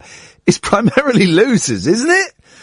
You're awake at 11:30 on a Wednesday night because you've got no job, or because you can't sleep, or because you work different hours, unsociable hours, or because your kids are keeping you up, or because you're not well, or because you're using up your supply of legal highs before they go illegal at midnight. So it's a mixed bunch of people that would be listening. I didn't say the phone number once in that half hour. I'm genuinely chuffed by that. Everybody who's now gone to sleep, so it doesn't matter. I will give out the number in a minute. But we went about 45 minutes without giving the number. That'll do. I'm happy with that. Everyone who's on the list has gone to sleep. Bruce and Sean, you've gone to sleep, I see. But and when I say losers, I use loser in the Beck term. Remember when Beck made loser chic hip? I'm a loser, baby, so why don't you kill me? Well, don't kill me, but phone me. If you want to come on the air. And we're getting new listeners all the time. I think we got some new listeners from when I went to Bridgewater today. You're welcome. Thank you very much indeed. And we're getting very Partridge, yes. Andy Partridge. We're getting new listeners all the time, and it's wonderful. If you've just tuned in and you're struggling to get a grip on where we are and what we're talking about, good. That's the way I want this show to be. This isn't your usual, let's talk about Brexit. Although he did yesterday after the brilliant claim from David Cameron that the best thing the European Union has done for us is reduced roaming charges. A 10-minute call from Spain back to England will now only cost £4. We don't really talk about Brexit. We don't really talk about immigration and refugees, and I don't even know what the other big stories are. Oh, Marks and Spencer's was a big story today. We don't really talk about any of that stuff. You're welcome to call up and talk about that stuff. Of course you are. Here we go. Tweet if you're a loser. JP Devlin's a loser. Tweet if you're a loser. There's something in that. We're the losers club. There's something in that. Let me get my thinking cap on that. You're welcome to call in about those more traditional phone-in topics if you want. Of course you are. Of course you are. It's kind of a free-for-all. We've talked so far about Hungerford and places that will always be associated with sad things. We've talked about Mike Oldfield being a rip-off artist. We've talked about John going to court to watch a bloke who's accused of murdering his uncle be tried. Everything and anything. You know, literally, it's a free-for-all. Bruce is on the line. Evening, Bruce. Hip, hip, hip. Hip, hip, hip. That is my, again, I wonder where I've put that. I've lost that. It's Prince Charles showing, we need to, this is what we do. This is what we need to do. We need you, and thank you, Bruce, and I'm going to take full credit for this. We need to need to start developing this into a club, okay? We're going to be the cabal of losers. I'll come up with a good name at some point. People can suggest that this evening. Call in and suggest it. We also need a secret salute, okay? So that we can identify ourselves. Much like the Freemasons have a secret handshake, or BBC presenters from the 70s have paedophilia. We're going to have a secret little phrase. Kath's on the phone, she missed that, which is good. We're going to have a secret little phrase that we can identify ourselves with. And are you ready? Go on. Hip, hip, hip. There we go. Hip, hip, hip. There we go. That's the hip, hip, hip. Oh, do you listen to Iain Lee? Hip, hip, hip. Oh, you do. That's it. That's our secret handshake. Ladies and gentlemen, our secret handshake. Hip, hip, hip. And we will from now on, until I forget, which will be in about 5 minutes' time, we start all phone calls with hip, hip, hip. So, Bruce? Hip, hip, hip. Hip, hip, hip, Bruce, what you got for us? We're in! We're off! 9 weeks into it, we've got a greeting, yes! Firstly, right, that's merchandise, surely. Sorry? Iain Lee t-shirts. Oh, Iain Lee t-shirts. Scott Balcony, get on it. Start making some t-shirts. But before that, design the cover for my Iain Lee live CD first, which you've been taking for absolutely ages. Yeah, priorities. Priorities. Yeah, so a couple of things. First of all, because you mentioned topics, musical dip dabs, or double dips, whatever you want to call them. Musical tit dabs? Dip dabs. Oh, yeah. Yeah, double dipping. So the two that sprung to mind was Alanis Morissette and the Beatles. Tell me more, Bruce, I'm interested. Okay, so Alanis Morissette, who did release more than one album, just not more than one album that was very successful. Yes, she was Jagged Little Pill was the good one, wasn't it?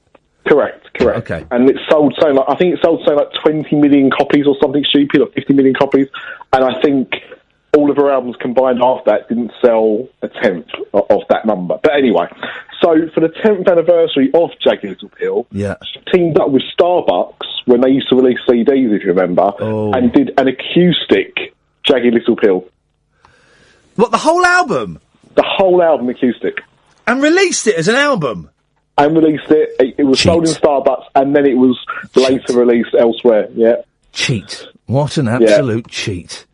And I mean, the thing is, like, Jagged Little Pill is a good album, and it does still hold up, but I just didn't care for hearing acoustic versions of the same songs.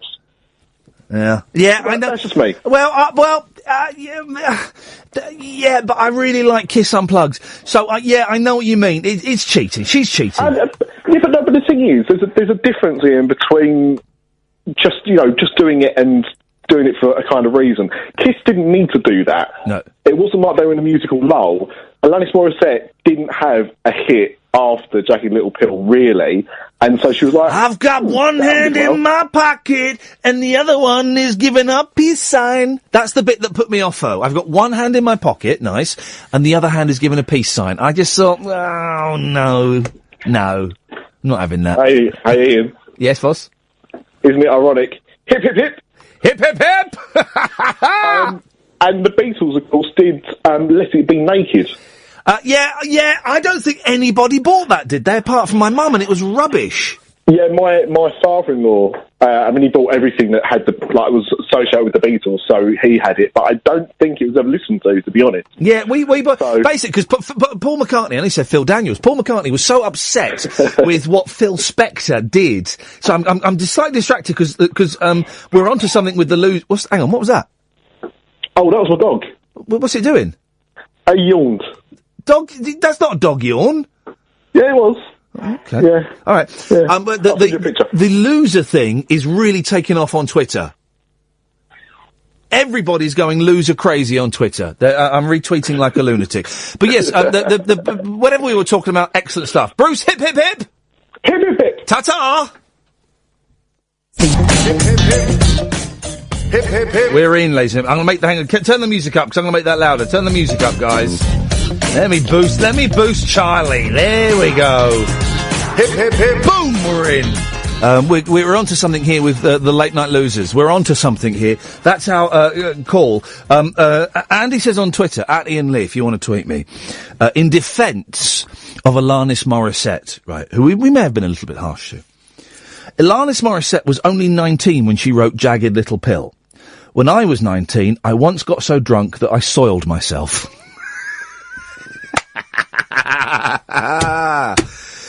Hip, hip, hip, Gatford! Hip, hip, hip. We're in, ladies and gentlemen. Finally, we are off and running. What you got? I've got it. I'm a loser, baby, so why don't you call me? God, you made that sound like really dirty. Like, you sound like an actual proper pervert there. Proper... Well, as opposed to the pretend one I normally play. Yeah, proper... and I'm going to say this, and I know you'll take this with respect, right? Here we go. You sounded like a kiddie fiddler. You sound... your voice there, you sounded horrible. I mean, really... I'm not saying you are, for legal reasons, because now you can't do me for libel. But you sounded like one.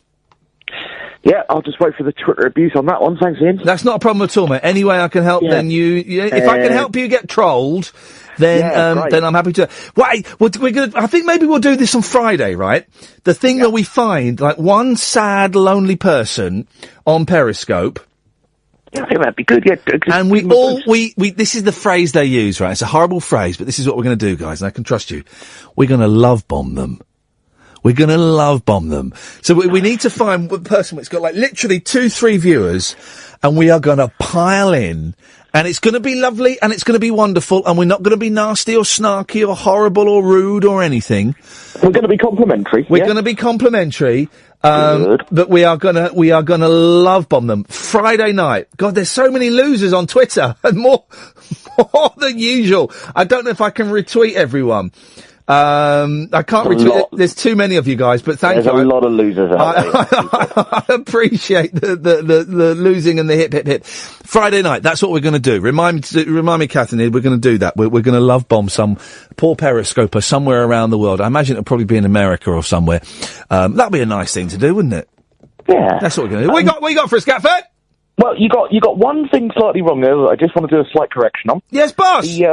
The Meatloaf album with Bonnie Tyler was called Heaven and Hell, not Leather and Lace. They did an album called Leather and Lace, buddy. I looked it up, it was Heaven and Hell. They did one called Leather and Lace. Are you sure there wasn't a single called Leather and Lace? No, right, okay. Amazon. Leather and Lace. Meatloaf. Let's have a little look. I did Meatload, not Meatloaf. Hang on, Meatloaf. That's a different name, Meatload. Okay, well, hang on a minute. There must be something wrong with my search engine. Meatloaf. Bonnie. Hang on a minute, guys. Yeah, just hang on. Yeah, counting down the minutes. Well, they've taken it off of... right, we'll go to... so it's been discontinued, is that what you're saying? Meatloaf, Leather and Lace. Well, in which case... Well, but which one's heaven and which one's hell? Good point. I'm not sure I'd like to comment. Both of them are still alive, so rather than causing any confusion, I'll say nothing. All right, there is... Okay. Right. There is an album called Leather and Lace, okay? And that's by... Meatloaf is on it. Uh-huh. And... and that is good enough for me. Don't pick holes in the story, mate. Come on, it's... Well, I like to think it's a big... Also, as well, the idea that, you say the bands, when they get lonely and they get wrong and they get these unplugged, they also do the orchestra. Oh, yeah, they do the orchestra! Again, Kiss did the orchestra. In fact, Mike Oldfield did it. Yeah. Mike Oldfield, you can get Tubular Bells Orchestra. Yeah. But you see, Metallica did a full album with their best hits with an orchestra. Yeah. Oh, we just got a video. Someone's just sent me a video. Let's just see what this video is. Hang on a second. You screened it first? No.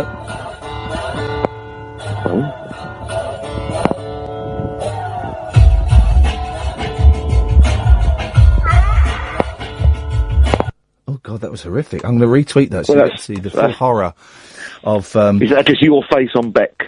No, not quite. God, there's loads of you. Vinny is, of course, bucking the trend. There's loads of you who are losers. Vinny trying to claim he's not a loser. Yes. Gaffer, did we get to the point of it? Was it just to try and pwn me? Was it just to try and destroy me? Was it just to try and... I'm a man on the verge of a nervous breakdown, and you're trying to do it in public. It's not try, it's did, Ian, is the word you're looking for. So, 1-0, goodbye. Thank you, tutty bye. Hip, hip, hip, Richard. Hello, how's it going? Sorry, hip, hip, hip. Thank you very... Oh, that was a close one. Hip, hip, yeah, hip. That was a close one, man. You caught me off guard. That's the thing. This is the first rule of the Late Night Losers. Come up with a better name than that. Always be on guard.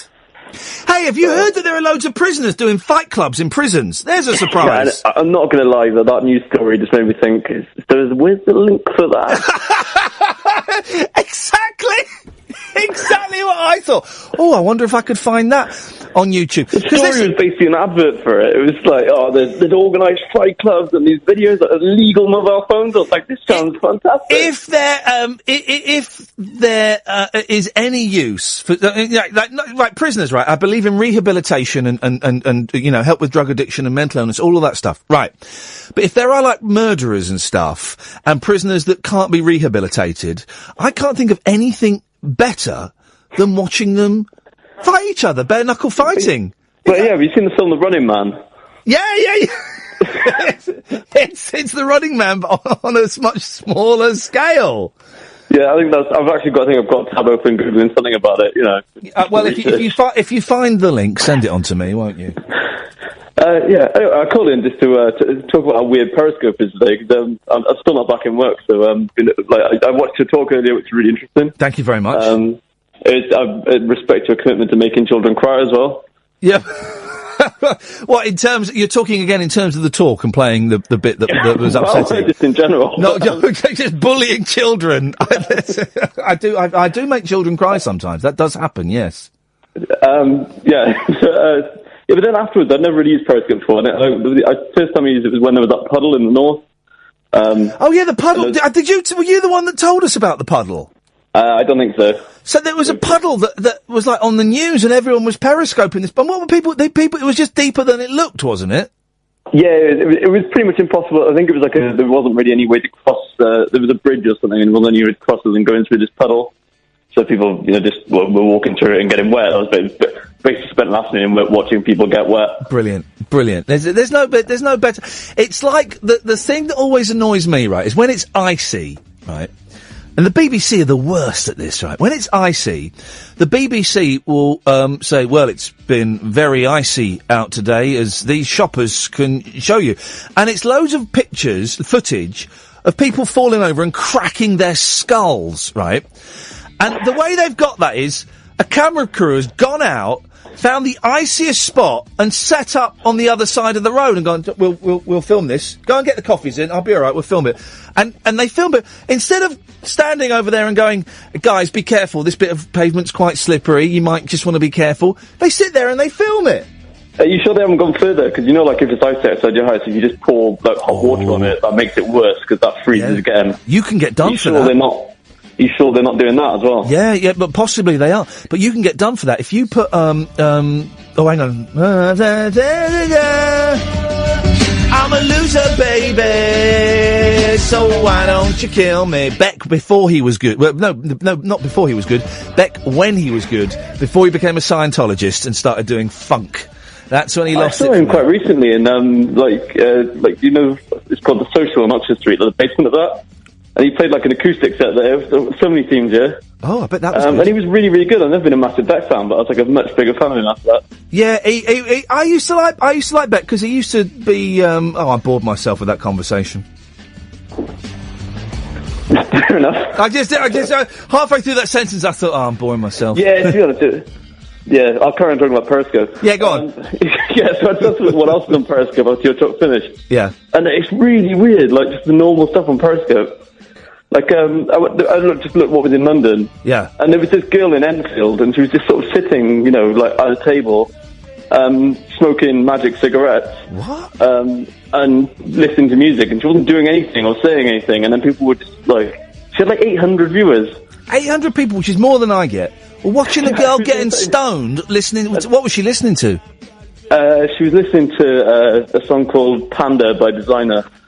You just said words there. You've literally. Yeah, sorry, it's a rapper. Oh, the rap culture. She was easy on the eye. I'll put it that way. But I didn't really understand why. There was people, loads of men in different languages telling her to. But you were watching it. I watched it briefly. Tomorrow night, Friday night, we're going to love bomb somebody on Periscope. Just someone sitting smoking magic cigarettes. Well, no, I don't. Hopefully, no. I don't want to find anyone. By the way, guys, legal high owners, you've got 8 minutes to cane your stash. Hopefully they won't be. I just want an ordinary person, and I want to go and cheer them up. But it got even weirder later on because during your talk, someone followed me who was also watching your talk, and like, if I look at someone's profile and they haven't, got anything racist or anything, I generally follow back. And then later on, I got a notification saying she was broadcasting. So I started watching it. It was a Russian girl eating a bunch of bananas, talking in Russian. Just like sitting at a table eating bananas. I was like, this is weird. And then all of a sudden, she got this like workbook out, like a school workbook. I thought she was going to do some homework. And then she wrote something in Russian, and then she wrote my name, and then a heart. And I just it was like I'd used a Ouija board, and I just contacted the dead, and I just threw my phone down.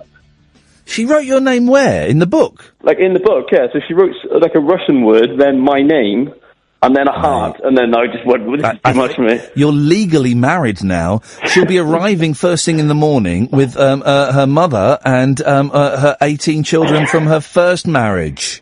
Yeah, that's cool. I've got a big flat. Richard, well, thank you very much. Dennis, hip, hip, hip! Hip, hip, hip! He's in! He's in! The oldest swinger in town is in. Good evening, Dennis. Good evening. What do you mean about old people are losers because they stay up this late? Well, I'm never in bed before 2 o'clock. Why? But we're all losers, Dennis, aren't we? No, we're not.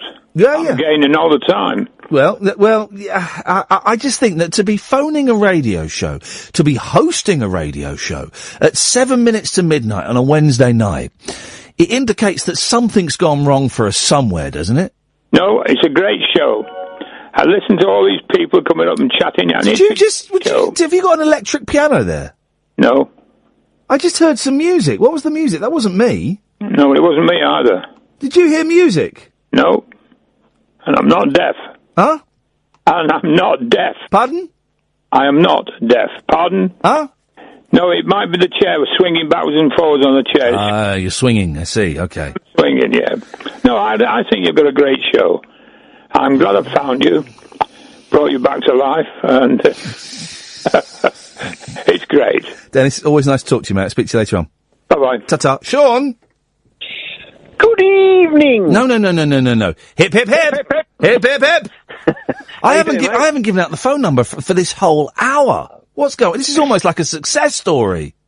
You're Ian, you're back on form. I got you last night, you were a bit down. I think everyone was a bit peed off last night. Yeah, there was something in the That's vibe. the impression I got. Yeah, there was something in the air, wasn't there? Yeah, definitely. And it's listen, and someone said to me today, someone tweeted me, right, that your show last night, your podcast was hard work. I hate to criticise. Well, don't criticise then. You didn't need to send that tweet, okay, but, this is another reason why I love doing this show, is because they're all different, and some... Listen, mate, I'm a London cab driver, and this makes my night, this show. This show is by far the best thing on radio. It's brilliant. Brilliant. You can help me, you're a black cab driver, yeah?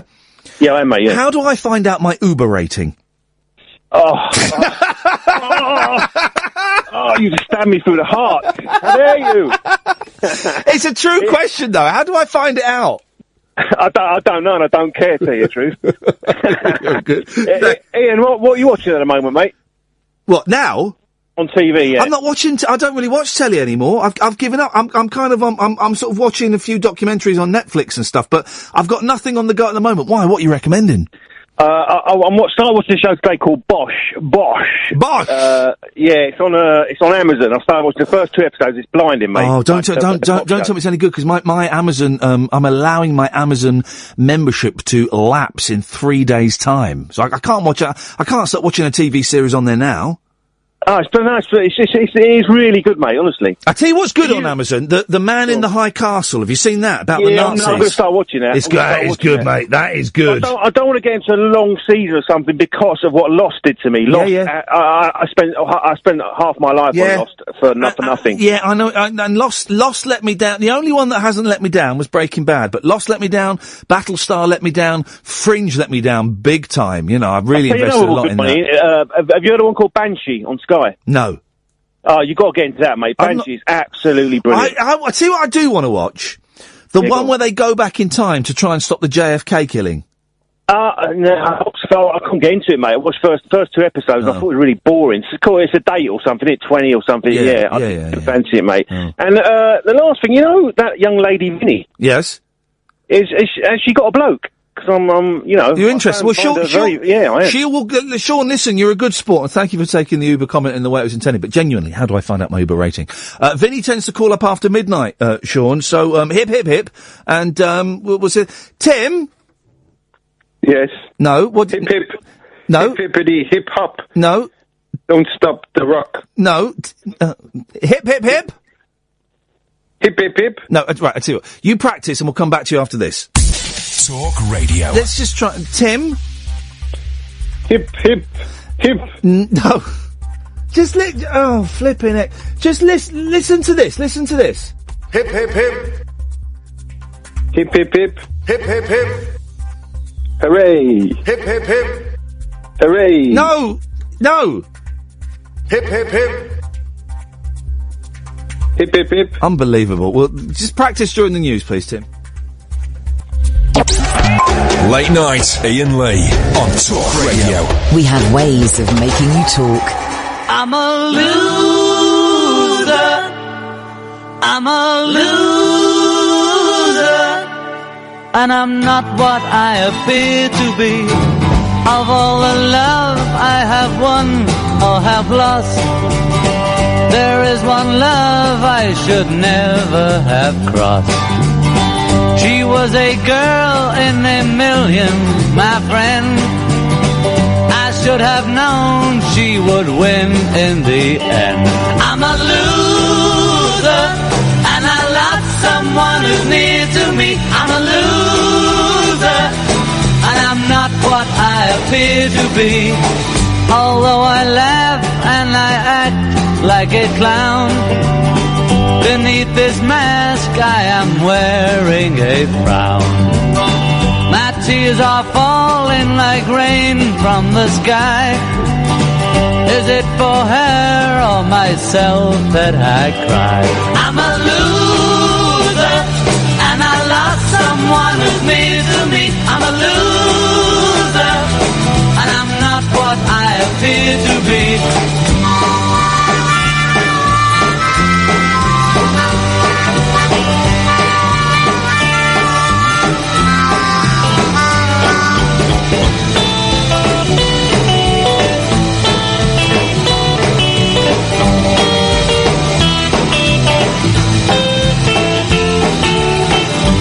have I done to deserve such a fate?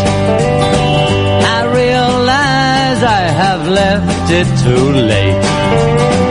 And so it's true, pride comes before a fall. I'm telling you so that you won't lose all. I'm a loser, and I lost someone who's near to me. I'm a loser, and I'm not what I appear to be.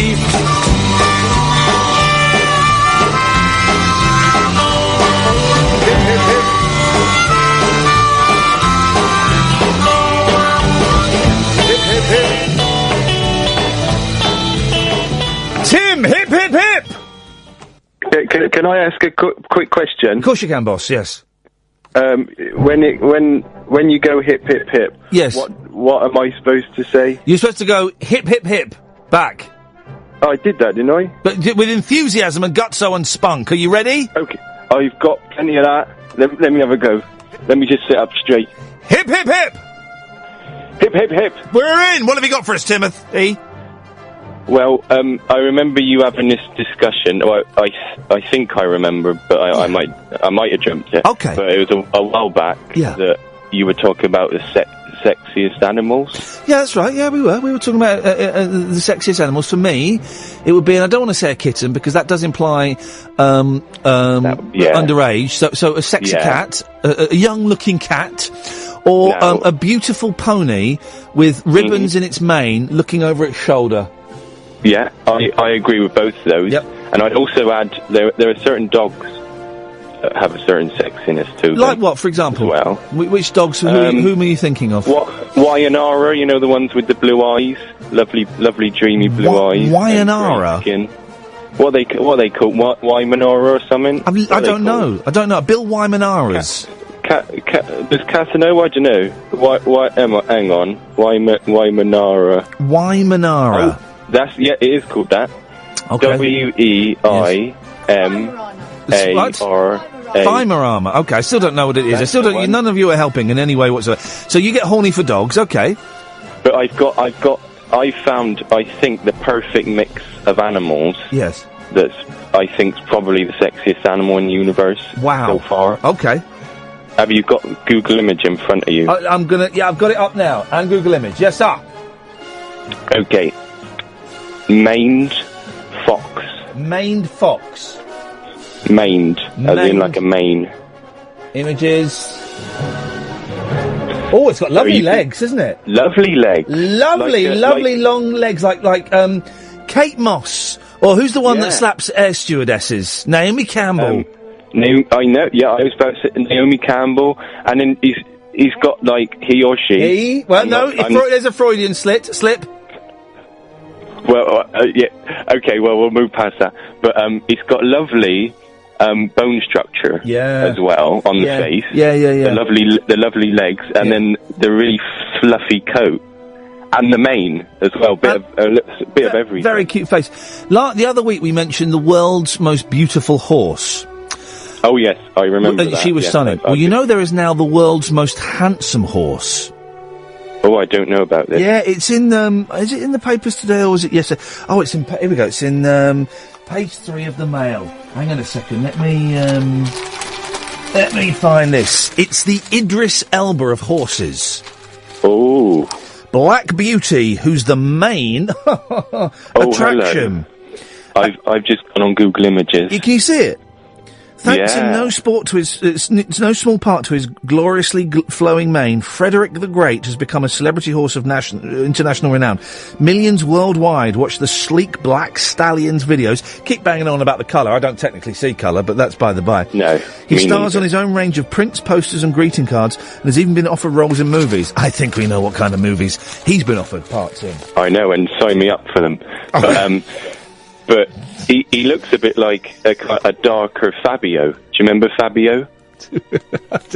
Didn't Fabio die in No. Yeah. Didn't Fabio... No, Go on. Go on. No, go on, you go. I remember he got hit...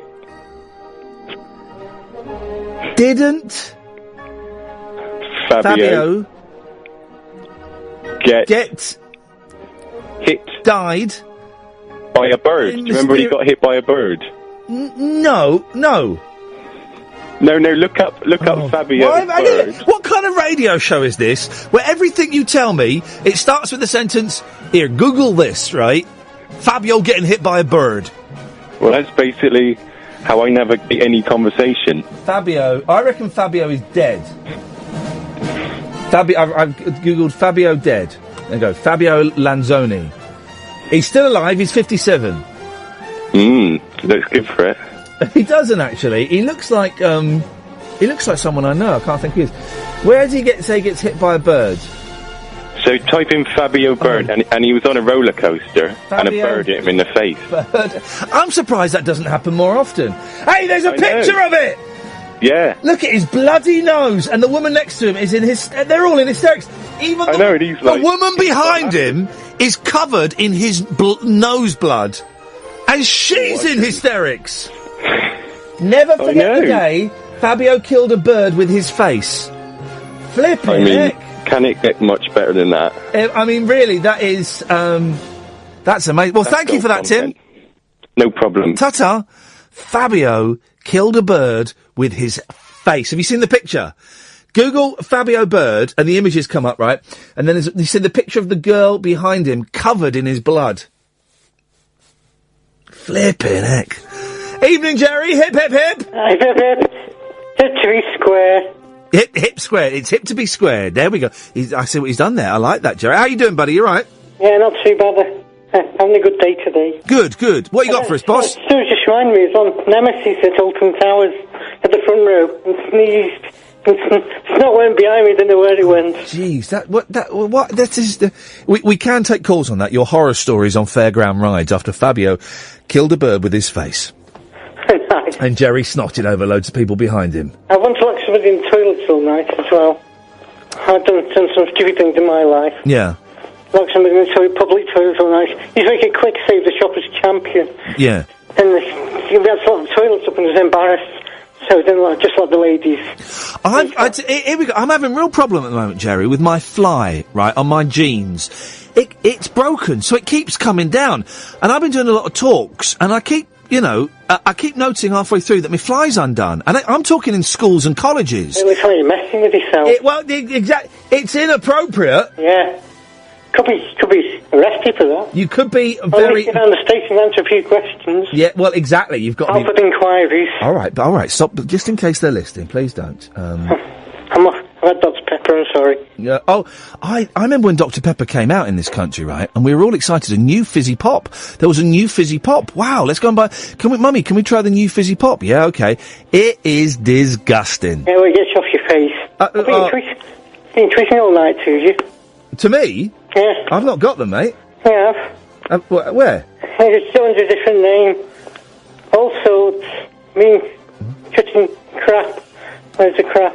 Oh, by the way, guys, if you've got any legal highs, they are now officially illegal. No. You gotta bin them. You gotta hand them into the authorities. I'm having an Iain Lee, formerly legal, now illegal high amnesty. If you see me in the street, give me your formerly legal highs and I will dispose of them for you in the only way I know how. A pop party. A pop party.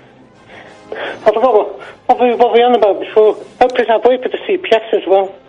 Why have you had a word with the CPS? No, work for the CPS. Oh, you work for the CPS? Yeah. Oh, well, in that case, forget the last 30 seconds of radio. It was, of course, biting satire, Jerry. What was I going to say? The Hulk. He's trying to find hidden strength. I remember last night. Spent 3 hours trying to write a tweet to you. Yeah.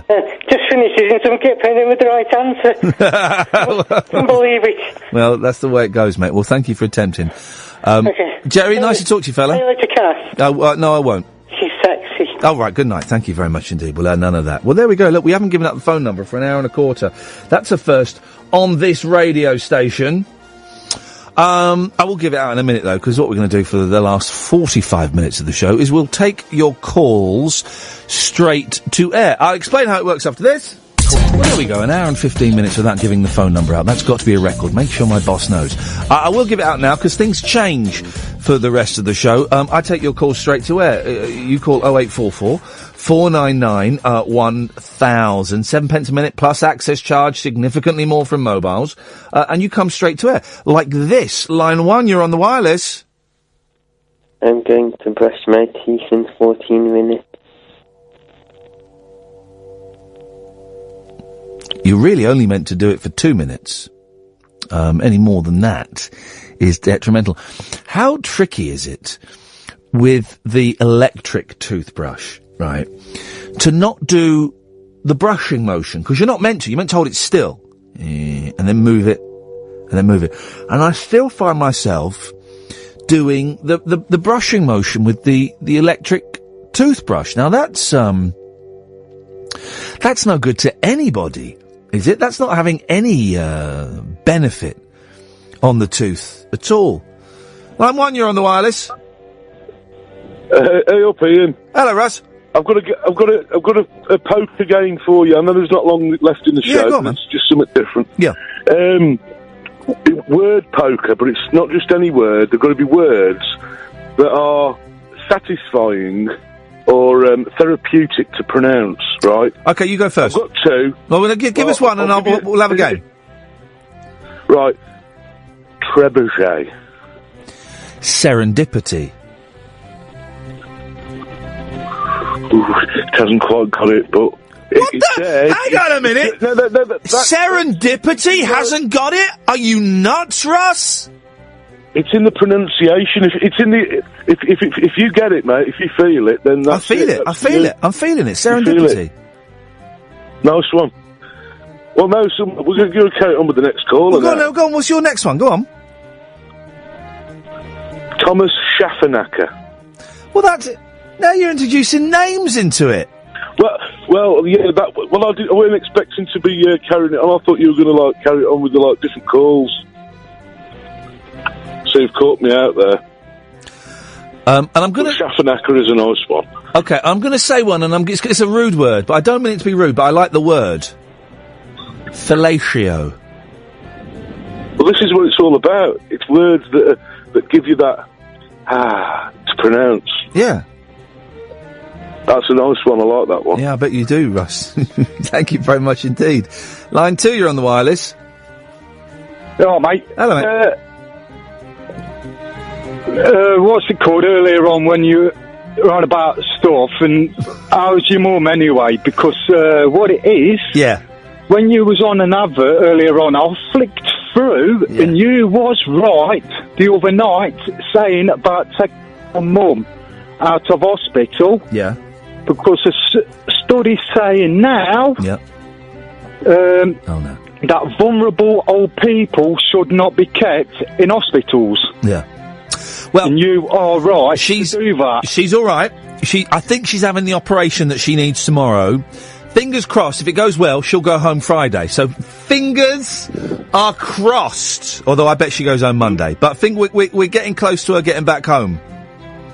Lovely, just let you know, I have not seen that Puma lately. Thank you very much indeed. Well, that's a relief. Line 1, you're on the wireless. Hip, hip, hip. Hip, hip, hip. I want to join the loser club, and I like to love bum people in America. Okay. We need to come up with a good name for the late night losers. I don't like things that have got... I don't like things that sound all nice and tidy. It always sounds a little bit radio. Iain Lee's Late Night Losers. It sounds a little bit manufactured. Do you know what I mean? But or Lee's Losers. I hate all that kind of stuff. So the loser club, Late Night Losers. I don't know. What are we going to call it, Rashid? Lol. Losers on late. Oh, now we're using lol. No, it ain't catchy, is it? It's tough, isn't it? It's got my imagination going. Good. Somebody mentioned the T-shirts. Yeah. T-shirts. But what if we meet in Asda? You know, what would be the handshake? Would it be the L to the forehead, like a loser? Yeah. Of course, we'll be doing that. Yeah. Definitely. Or would it be the what do you call it? The high five fails when people are going high five. Oh, someone goes for a high five and everyone ignores it. I love watching them on YouTube. Yeah, they are the most uncomfortable things in the world, aren't they? Wicked.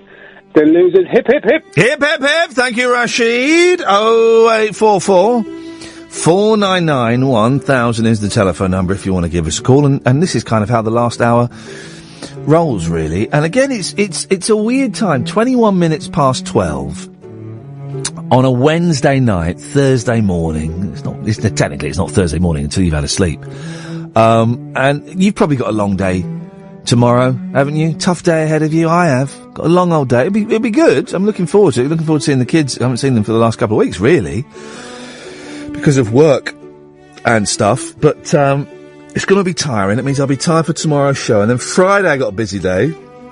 Saturday I can have a little sleep. But yeah, this is a weird time of night, isn't it? So weird things can happen. If you just want to let off steam in whatever way that may be, whether that's phoning up and making a silly noise or singing a song or playing a bit of the telly down the phone or whatever, you're welcome to. Works like this. You dial the phone number. I see you flashing on the screen. I touch the screen and go, line 1, you're on the wireless.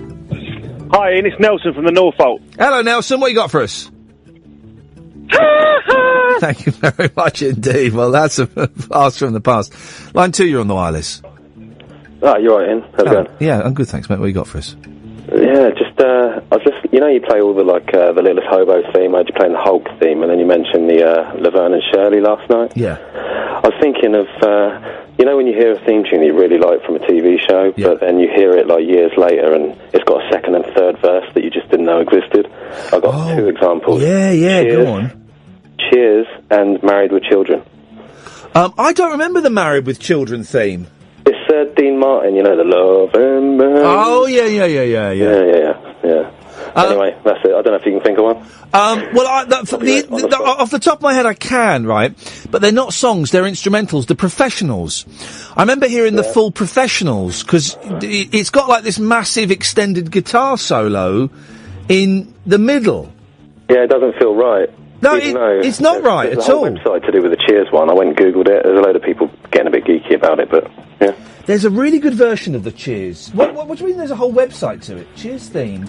I Googled it and it was like, oh, it will blow your mind. And it's not. It's just 2 or 3 extra verses. Apparently the lyrics don't make any sense. There is. I'm trying to find. There's a really good cover version of the Cheers theme. I'm trying to think. Oh, nice. I can't think who did it. I'll try and find it. Keep listening, because I'm going to try and find it. Line 1, you're on the wireless. Teach a man to fish. Now, give a man a fish and he will eat for a day. Smack him in the mouth and he won't come back again.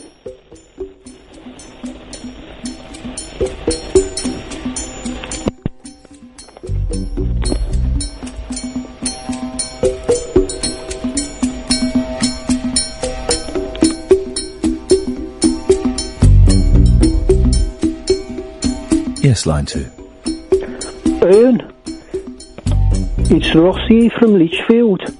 I'm the brother of Russ who normally calls in like I'm Ross.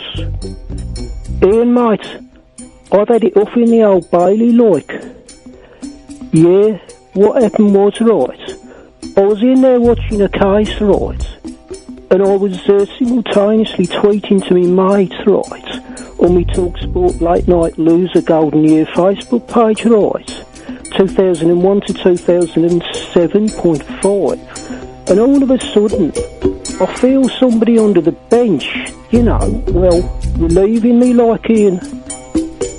I looked down in and no word of a lie, it was all of the Are you good, mate? All right.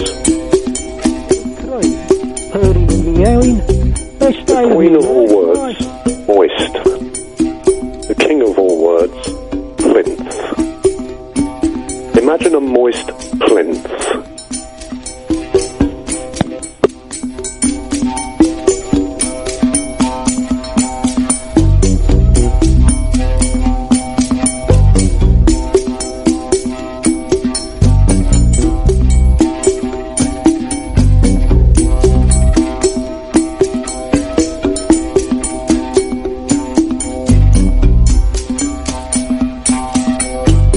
Trying to find this cover version of the Cheers theme.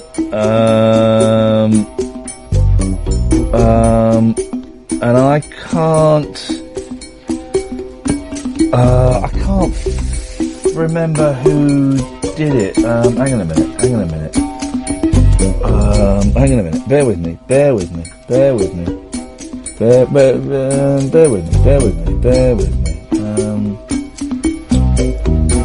It was the Wild Hearts, wasn't it? But I can't seem to find it. Aha! I found it. We'll play it when we come back from the break. That's what we'll do. That's what we'll do. Indulge. I remember it being brilliant, and I haven't heard it for about 15 years. So let's see. It might be complete and utter pony. 0844 499 1000 is the phone number. This is the last hour of the show. And we just sort of slow things down a little bit, really, and we kind of take calls straight to air, and people call in about stuff and make silly noises and do silly voices, and it's all stunning. I've got a stitch. I've had a stitch for about 3 months. Is that bad? I think that's a bad thing. I'm not a hypochondriac, but I do worry that I'm ill quite a lot. I remember twice I thought I had MS, because my mum's got it. And the first time I went and had all these tests, because my right arm was numb. And I went and had all these tests. And do you know what it was? It turned out I had my watch strapped too tight. I mean, isn't that dumb? Huh? Isn't that dumb? 0844 499 1000. This is Iain Lee. This is Talk Radio.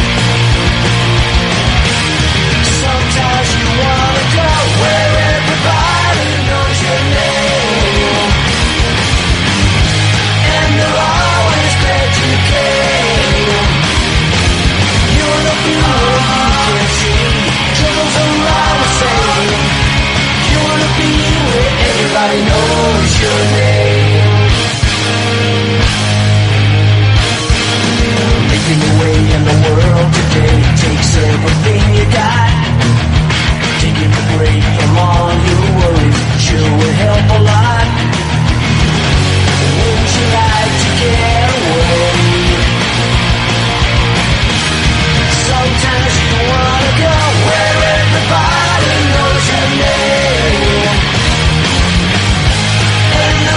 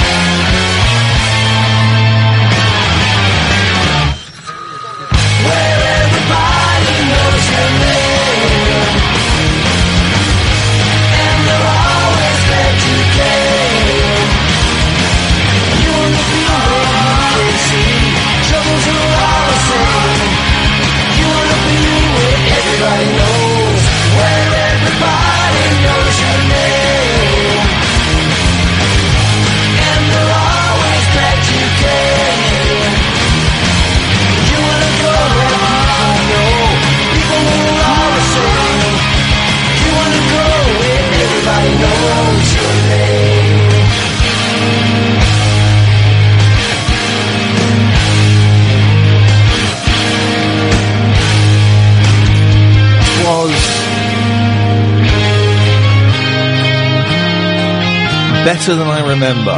It's the Wild Hearts. And was John Paul a member of the Wild Hearts at that point? I don't know. I'm delving into a different person's life trying to remember that. So apologies. 0844 499 1000. Yes, today will forever be remembered as the day that we decided we were going to start a losers club. We invented our own secret handshake, hip hip hip, and we went for an hour and 15 minutes without giving out the phone number. Boom. Have some of that. We'll give it out now if you want. Oh gosh. 0844 499 1000. 7 pence a minute plus your access charge. Significantly more from mobiles. Catherine, you're welcome to come and join the Laugh Riot. The Giggle Factory is open for another 27 minutes, guys. Another 27 minutes. So, they've gone shy on the phones, which is fine. These things happen. They shot their bolts. An argument with Russ over how delicious the word serendipity is. It's a delicious word, I think, to say. It's a delicious word. You're not keen on it? I like it. I like I like it because it's got lots of letters that look the same. The D, the P, the T. And it also sounds crazy. Line 1, you're on the wireless. I started a business the other day. Oh, yes? It's the complementary medieval weaponry business. How's it going? It's all freelance at the moment. Line 2, you're on the wireless. What's it all about, Alfie?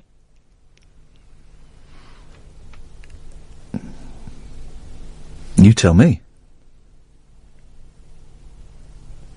I've gone. Perfect. And that's perfect. And that is exactly... Let's get it. We need a little bit of... Let's have sheep dip, shall we? Let's have sheep dip. And that's exactly what this hour should be, is people letting off... oh, no, let's get the elastic band one. Where's the elastic band one? I like this one. This one. Let's have this one. I like this one. And that's exactly what this should be. It's people letting off steam. Maybe they've had a tough day or they've got a tough day coming up. So what better way to release the stresses of the day or build up the energy for the day tomorrow by phoning up and singing a line from a Cilla Black song. Line 1, you're on the wireless. I found the page. Sorry? I found the page, the prison page. Oh, you found the page where you can watch... I've got mixed feelings. And now I feel really bad. Now I've got this shame, like... I've got mixed feelings. I don't... Actually... Are the prisoners actually calling it Fight Club, or is that... No. Should I say the name on air? No. Don't say the name on air. Okay. But no, so they're not. What are... It's just prisoners beating each other up? Weirdly, the first video I saw was of a dance-off. The second video I saw is someone putting their mate in a tumble dryer. Putting their what? And I thought, this isn't... It's someone putting their mate in a tumble dryer. Oh, that's a bit of... they've got like one like and I was like, this sort of seems like hijinks. And the next video was it's called Fight Club, and it was someone quite heavily demolishing some other guy. Wow. In fairness, the other guy came back after having left the room and then took his arm. In considering what they could be getting up to in prison, that other fella's probably still getting off quite lightly. It was a pretty severe beating, but he was well enough to come and shake the guy who just beaten him up. Oh, he shook his hand. Well, then in that case, everything is... It's all fine.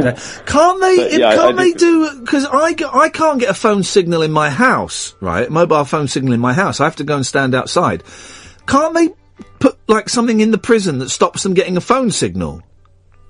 But then the guards probably, like to use their phones as well. Tough luck on those guards, for crying out loud. Oh, no, hang on, we don't want to punish those guys, it's the prisoners. Or can they not do more bum searches? Because that's where they keep the phones, bums and drones. Why is it always about bum searches with you? It is. He makes an excellent point, and I insist that my team have a daily bum search carried out by yours truly, and that will keep on going until I find those phones and drones. 0844 499 1000 is the telephone number if you want to give us a call. We'll do that tomorrow. We'll do the. I keep wanting to play Gina Davis, Nicolas Cage. It's a game I've invented, but it's a really tough one, and I'm kind of building up the psychic energy. It's not one you can just casually toss off. You've got to be in the right frame of mind for it. I do like the the Periscope thing. It's a little bit niche, right? Because not everyone's got access to. You can do it, watch it on your computer or on your phone. Not everyone's got it. So maybe I think what we'll do. We'll save it for the last hour on Friday. That's what we'll do. We'll do it after 12 when some people go to bed. And if people aren't interested in the Periscope thing, they can go to bed. Yeah, that'll be the thing. So we'll do that. We'll find someone, and I'll have to decide who that's going to be. I'll have a little look around later and see if there are any clues. But we want someone that's just got like 2 or 3 people watching and while they're doing whatever, and just suddenly we all pile in and we keep tapping those hearts, man. And we send nice messages, okay? We don't want, because Periscope can be a little bit. You can be a little bit raucous, you guys. And we'll keep tapping the hearts, and we'll send nice stuff, and we'll blow their minds in a loving way. That'll be fun, I think. I think that's what we'll do. They've gone shy on the phones, that's fine. There's not really a lot in the papers either. So, John, if you want to contribute anything? What shall I contribute? Okay, let's have a think. I've not watched that film yet, Time Crimes. No. Time Crimes. You should. I don't think you'll like it, actually. Why? Line 1, you're on the wireless. Katie Hopkins, who's trying to make herself into a hate figure. The trouble is she's too pathetically stupid to be a hate figure. So she says, I'm prepared to say what a lot of people are thinking, but don't have the so-and-so to say it. I don't care if you love me or hate me. Of course she does. You know, she's an ugly with a rather silly voice. She says, I don't like fat people. I'm not a fan of gingers. I don't like unemployed people. She just says stupid things. She might as well say, we might as well say we don't like old women with badly bleached hair and ugly face. You know, it's just stupid. Nobody's interested. Nobody's interested in anything she's got to say. She was a failure on The Apprentice. She's a failure wherever she goes. She just says stupid things.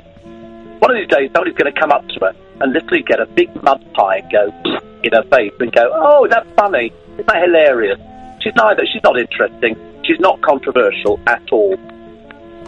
That was Steve Allen. Talking about his friend, Katie Hopkins. That was now. Steve Allen there, talking about Katie Hopkins. Can I just play you? Just bear with me.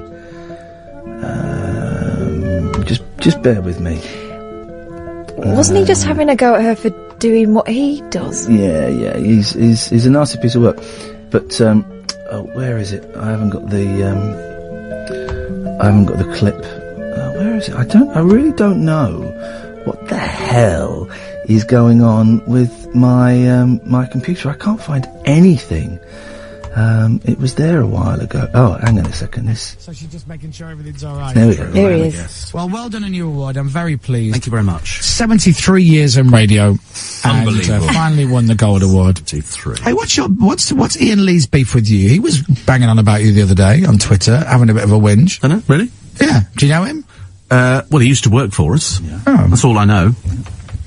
He seemingly was saying some things about you. Really? Yeah, I'll stick up for you. I don't have any beef with Iain Lee whatsoever, but I'm not having that. Not having people picking on my... No, exactly. On my Steve Allen. Dreadful person. I mean, he did... Granted, he did... One of the tweets he did say you're a bit two-faced, or someone did, he didn't. And I'm like... Well, that's not true. You know what?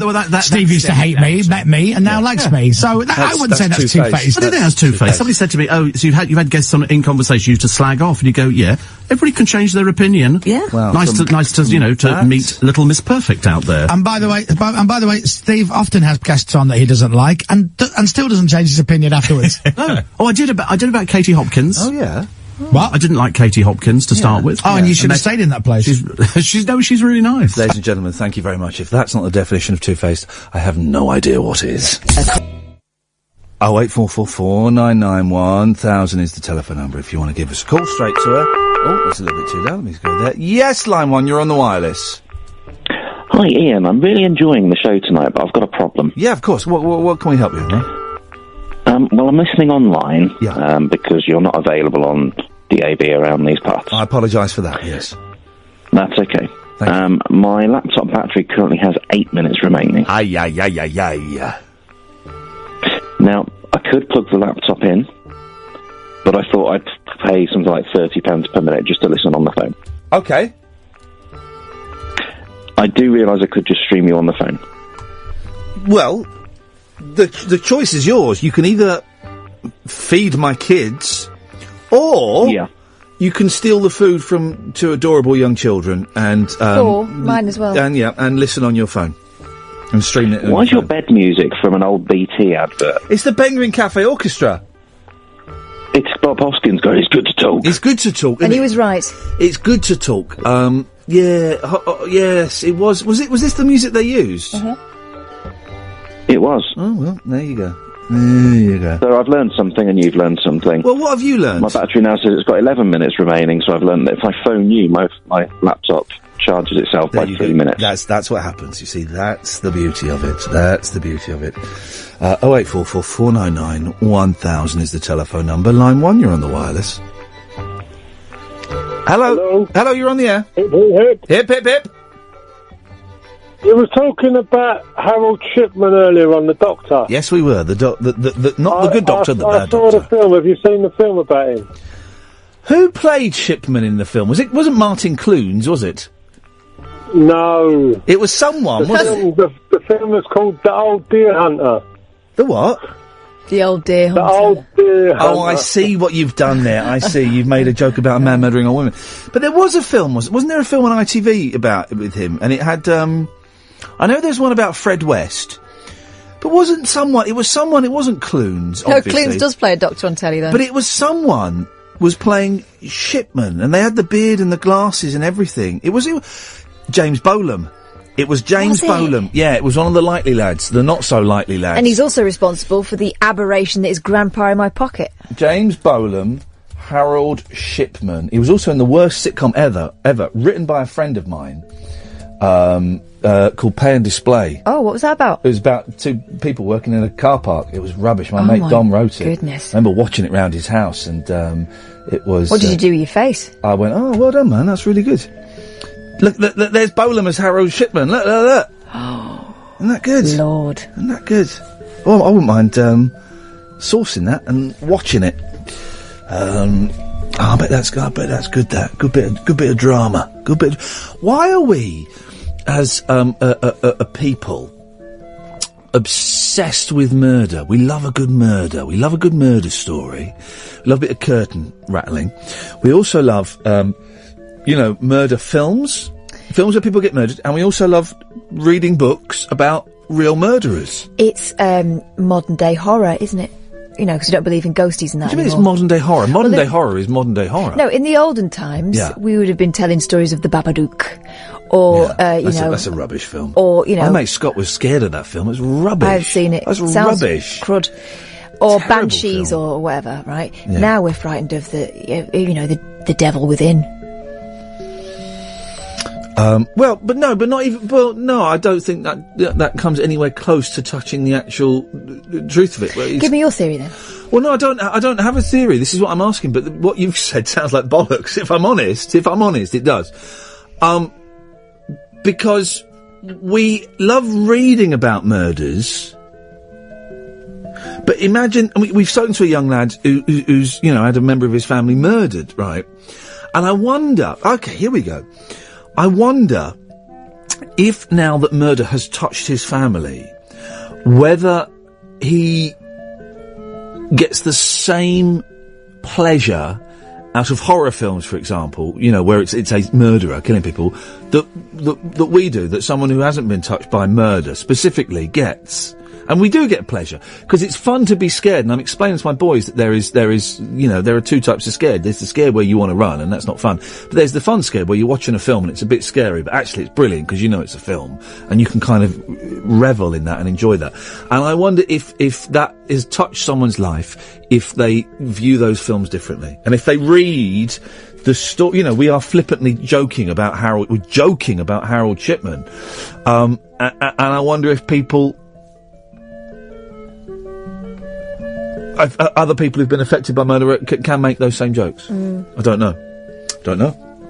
0844 499 1000 is the telephone number if you want to give us a call. You've gone shy, and that's fine. Are you all done? Is your podcast up? I'm sorted. Is it up? Because as soon as this show... Pack your computer up, seriously, because as soon as this show is done, I'm going. Right, okay. I'm going. Right, go. I'm doing it. Here's a thing, dear listener. We'll look through... Oh, can you see if the papers are in for the last 5 minutes?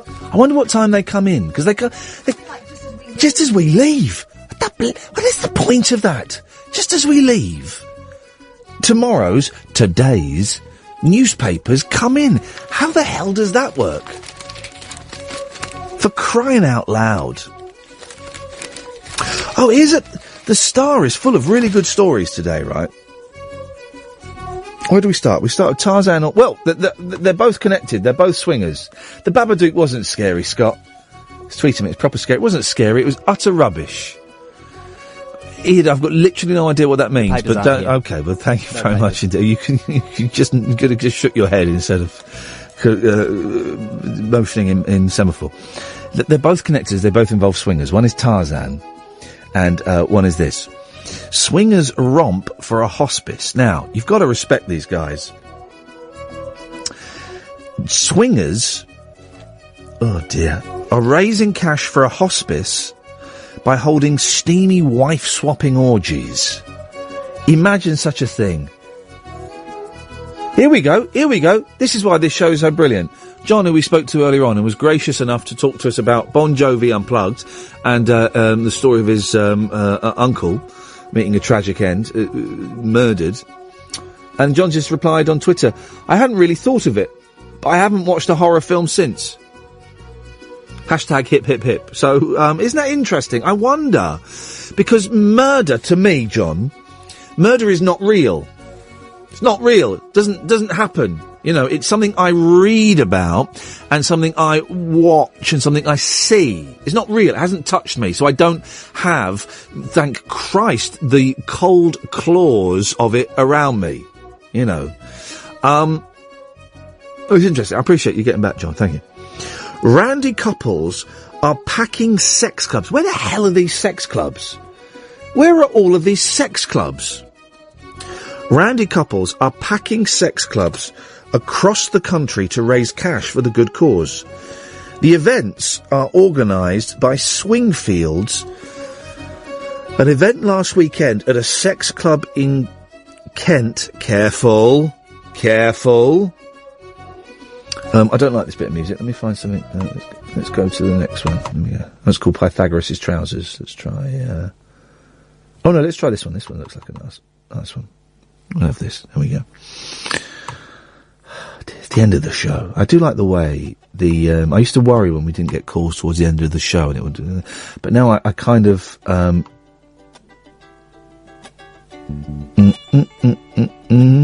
quite enjoy the fact that the show sort of gently unwinds. It collapses, and I love it. I think it's brilliant because of that. No, I'm saying the show's brilliant. I think that's a nice thing that happens.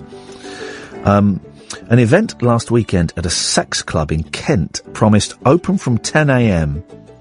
10 a.m. Who feels fruity at 10 a.m., really? Who can be bothered at that time of the day? With the party beginning at 8 p.m.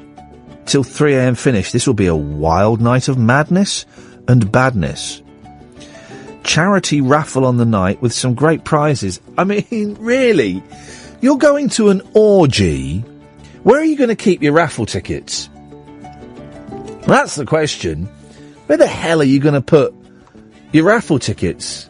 Got to put them somewhere, haven't you? Five events have been held so far this year. One took place at a mansion in Radlett. Organisers said this special theme party night is one for the ladies and couples. Stockings and stripes, fancy dress optional, but no jeans or t-shirts. Swimming pool, hot tub, oh dear. Oh God, that water in a hot tub, jeez. Sauna and plenty of play zones. But the organisers are keeping secret the charity their evenings to support. One told a would-be punter, we need to be careful on giving the names of the hospice, as some charities are reluctant to take donations from this lifestyle. So we will then speak to them once we know what we've raised. 500 quid so far. And if not, we will make it as a personal donation. Isn't that, well, you know, good, there's no reason that, that swingers are, by definition, the least selfish people in society, aren't they? The least selfish people in, society. The fact that they're sharing their bodies, their wives, and their seminal fluids. And then we go to another swinger, and I didn't know They were remaking this. Hey, Hollywood, here's an idea. Why don't you write a story? Why don't you write an original story instead of rebooting everything and remaking everything?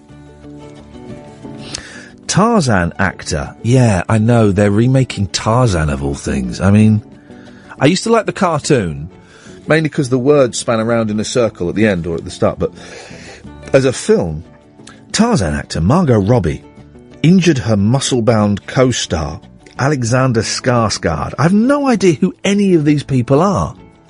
So I, for one, certainly won't be going to see that rubbish. By punching him during filming.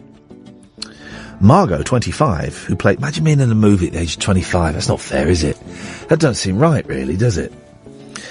Margot, 25, who plays Jane in upcoming blockbuster The Legend of Tarzan, was shooting an animalistic love scene with Alexander, 39, who stars as the jungle hero. Flipping it, it's coming out in July. I can't think of anything duller than going to watch a Tarzan movie. I can't quite see what the point of it was. Here we go. Now, this is one of the show's heroes, and Harvey. Big fan of Harvey. Big fan of Harvey. And big fan of Katie Price, because I like Katie Price. I bet she's a really good mum. As a human being around that, I don't know, but I bet as a mum she's a good mum, right? And Harvey, of course, caused a furore by dropping the C-bomb on Loose Women, which I think perfectly describes most of the Loose Women on there. Well, now, there is fury. A DJ shocked clubbers with a rap song sampling Harvey Price's on-air C-word outburst. Well, these DJs in clubs, they will do these kind of things. They will do these kind of things. Harvey, 13, made the comment online about online trolls on the Loose Women TV show. Clubbers at Tokyo in Huddersfield. Oh, jeez. I mean, I hardly think that I bet I've not read the full story. I bet they got it from Twitter. I bet one person tweeted. I can't imagine that people going to a club in Huddersfield called Tokyo would be offended by anything. We're furious that Harvey's comments were exploited. The nightclub has been forced to apologise. One reveller said, "I know people think it's funny, but it's not right to be exploiting a disabled boy for the sake of entertainment." It could be argued, dear listener, that putting Harvey on television is in some ways exploiting him for entertainment. TV is there, Loose Women is there to be entertaining. Meanwhile, brothers Jake and Keel Toak have had Harvey's words tattooed on their feet. God, their mum must be so proud. Back tomorrow at 10. Talk Radio. Digital debate for the UK. Pick up your phone and talk radio. We'll get you talking.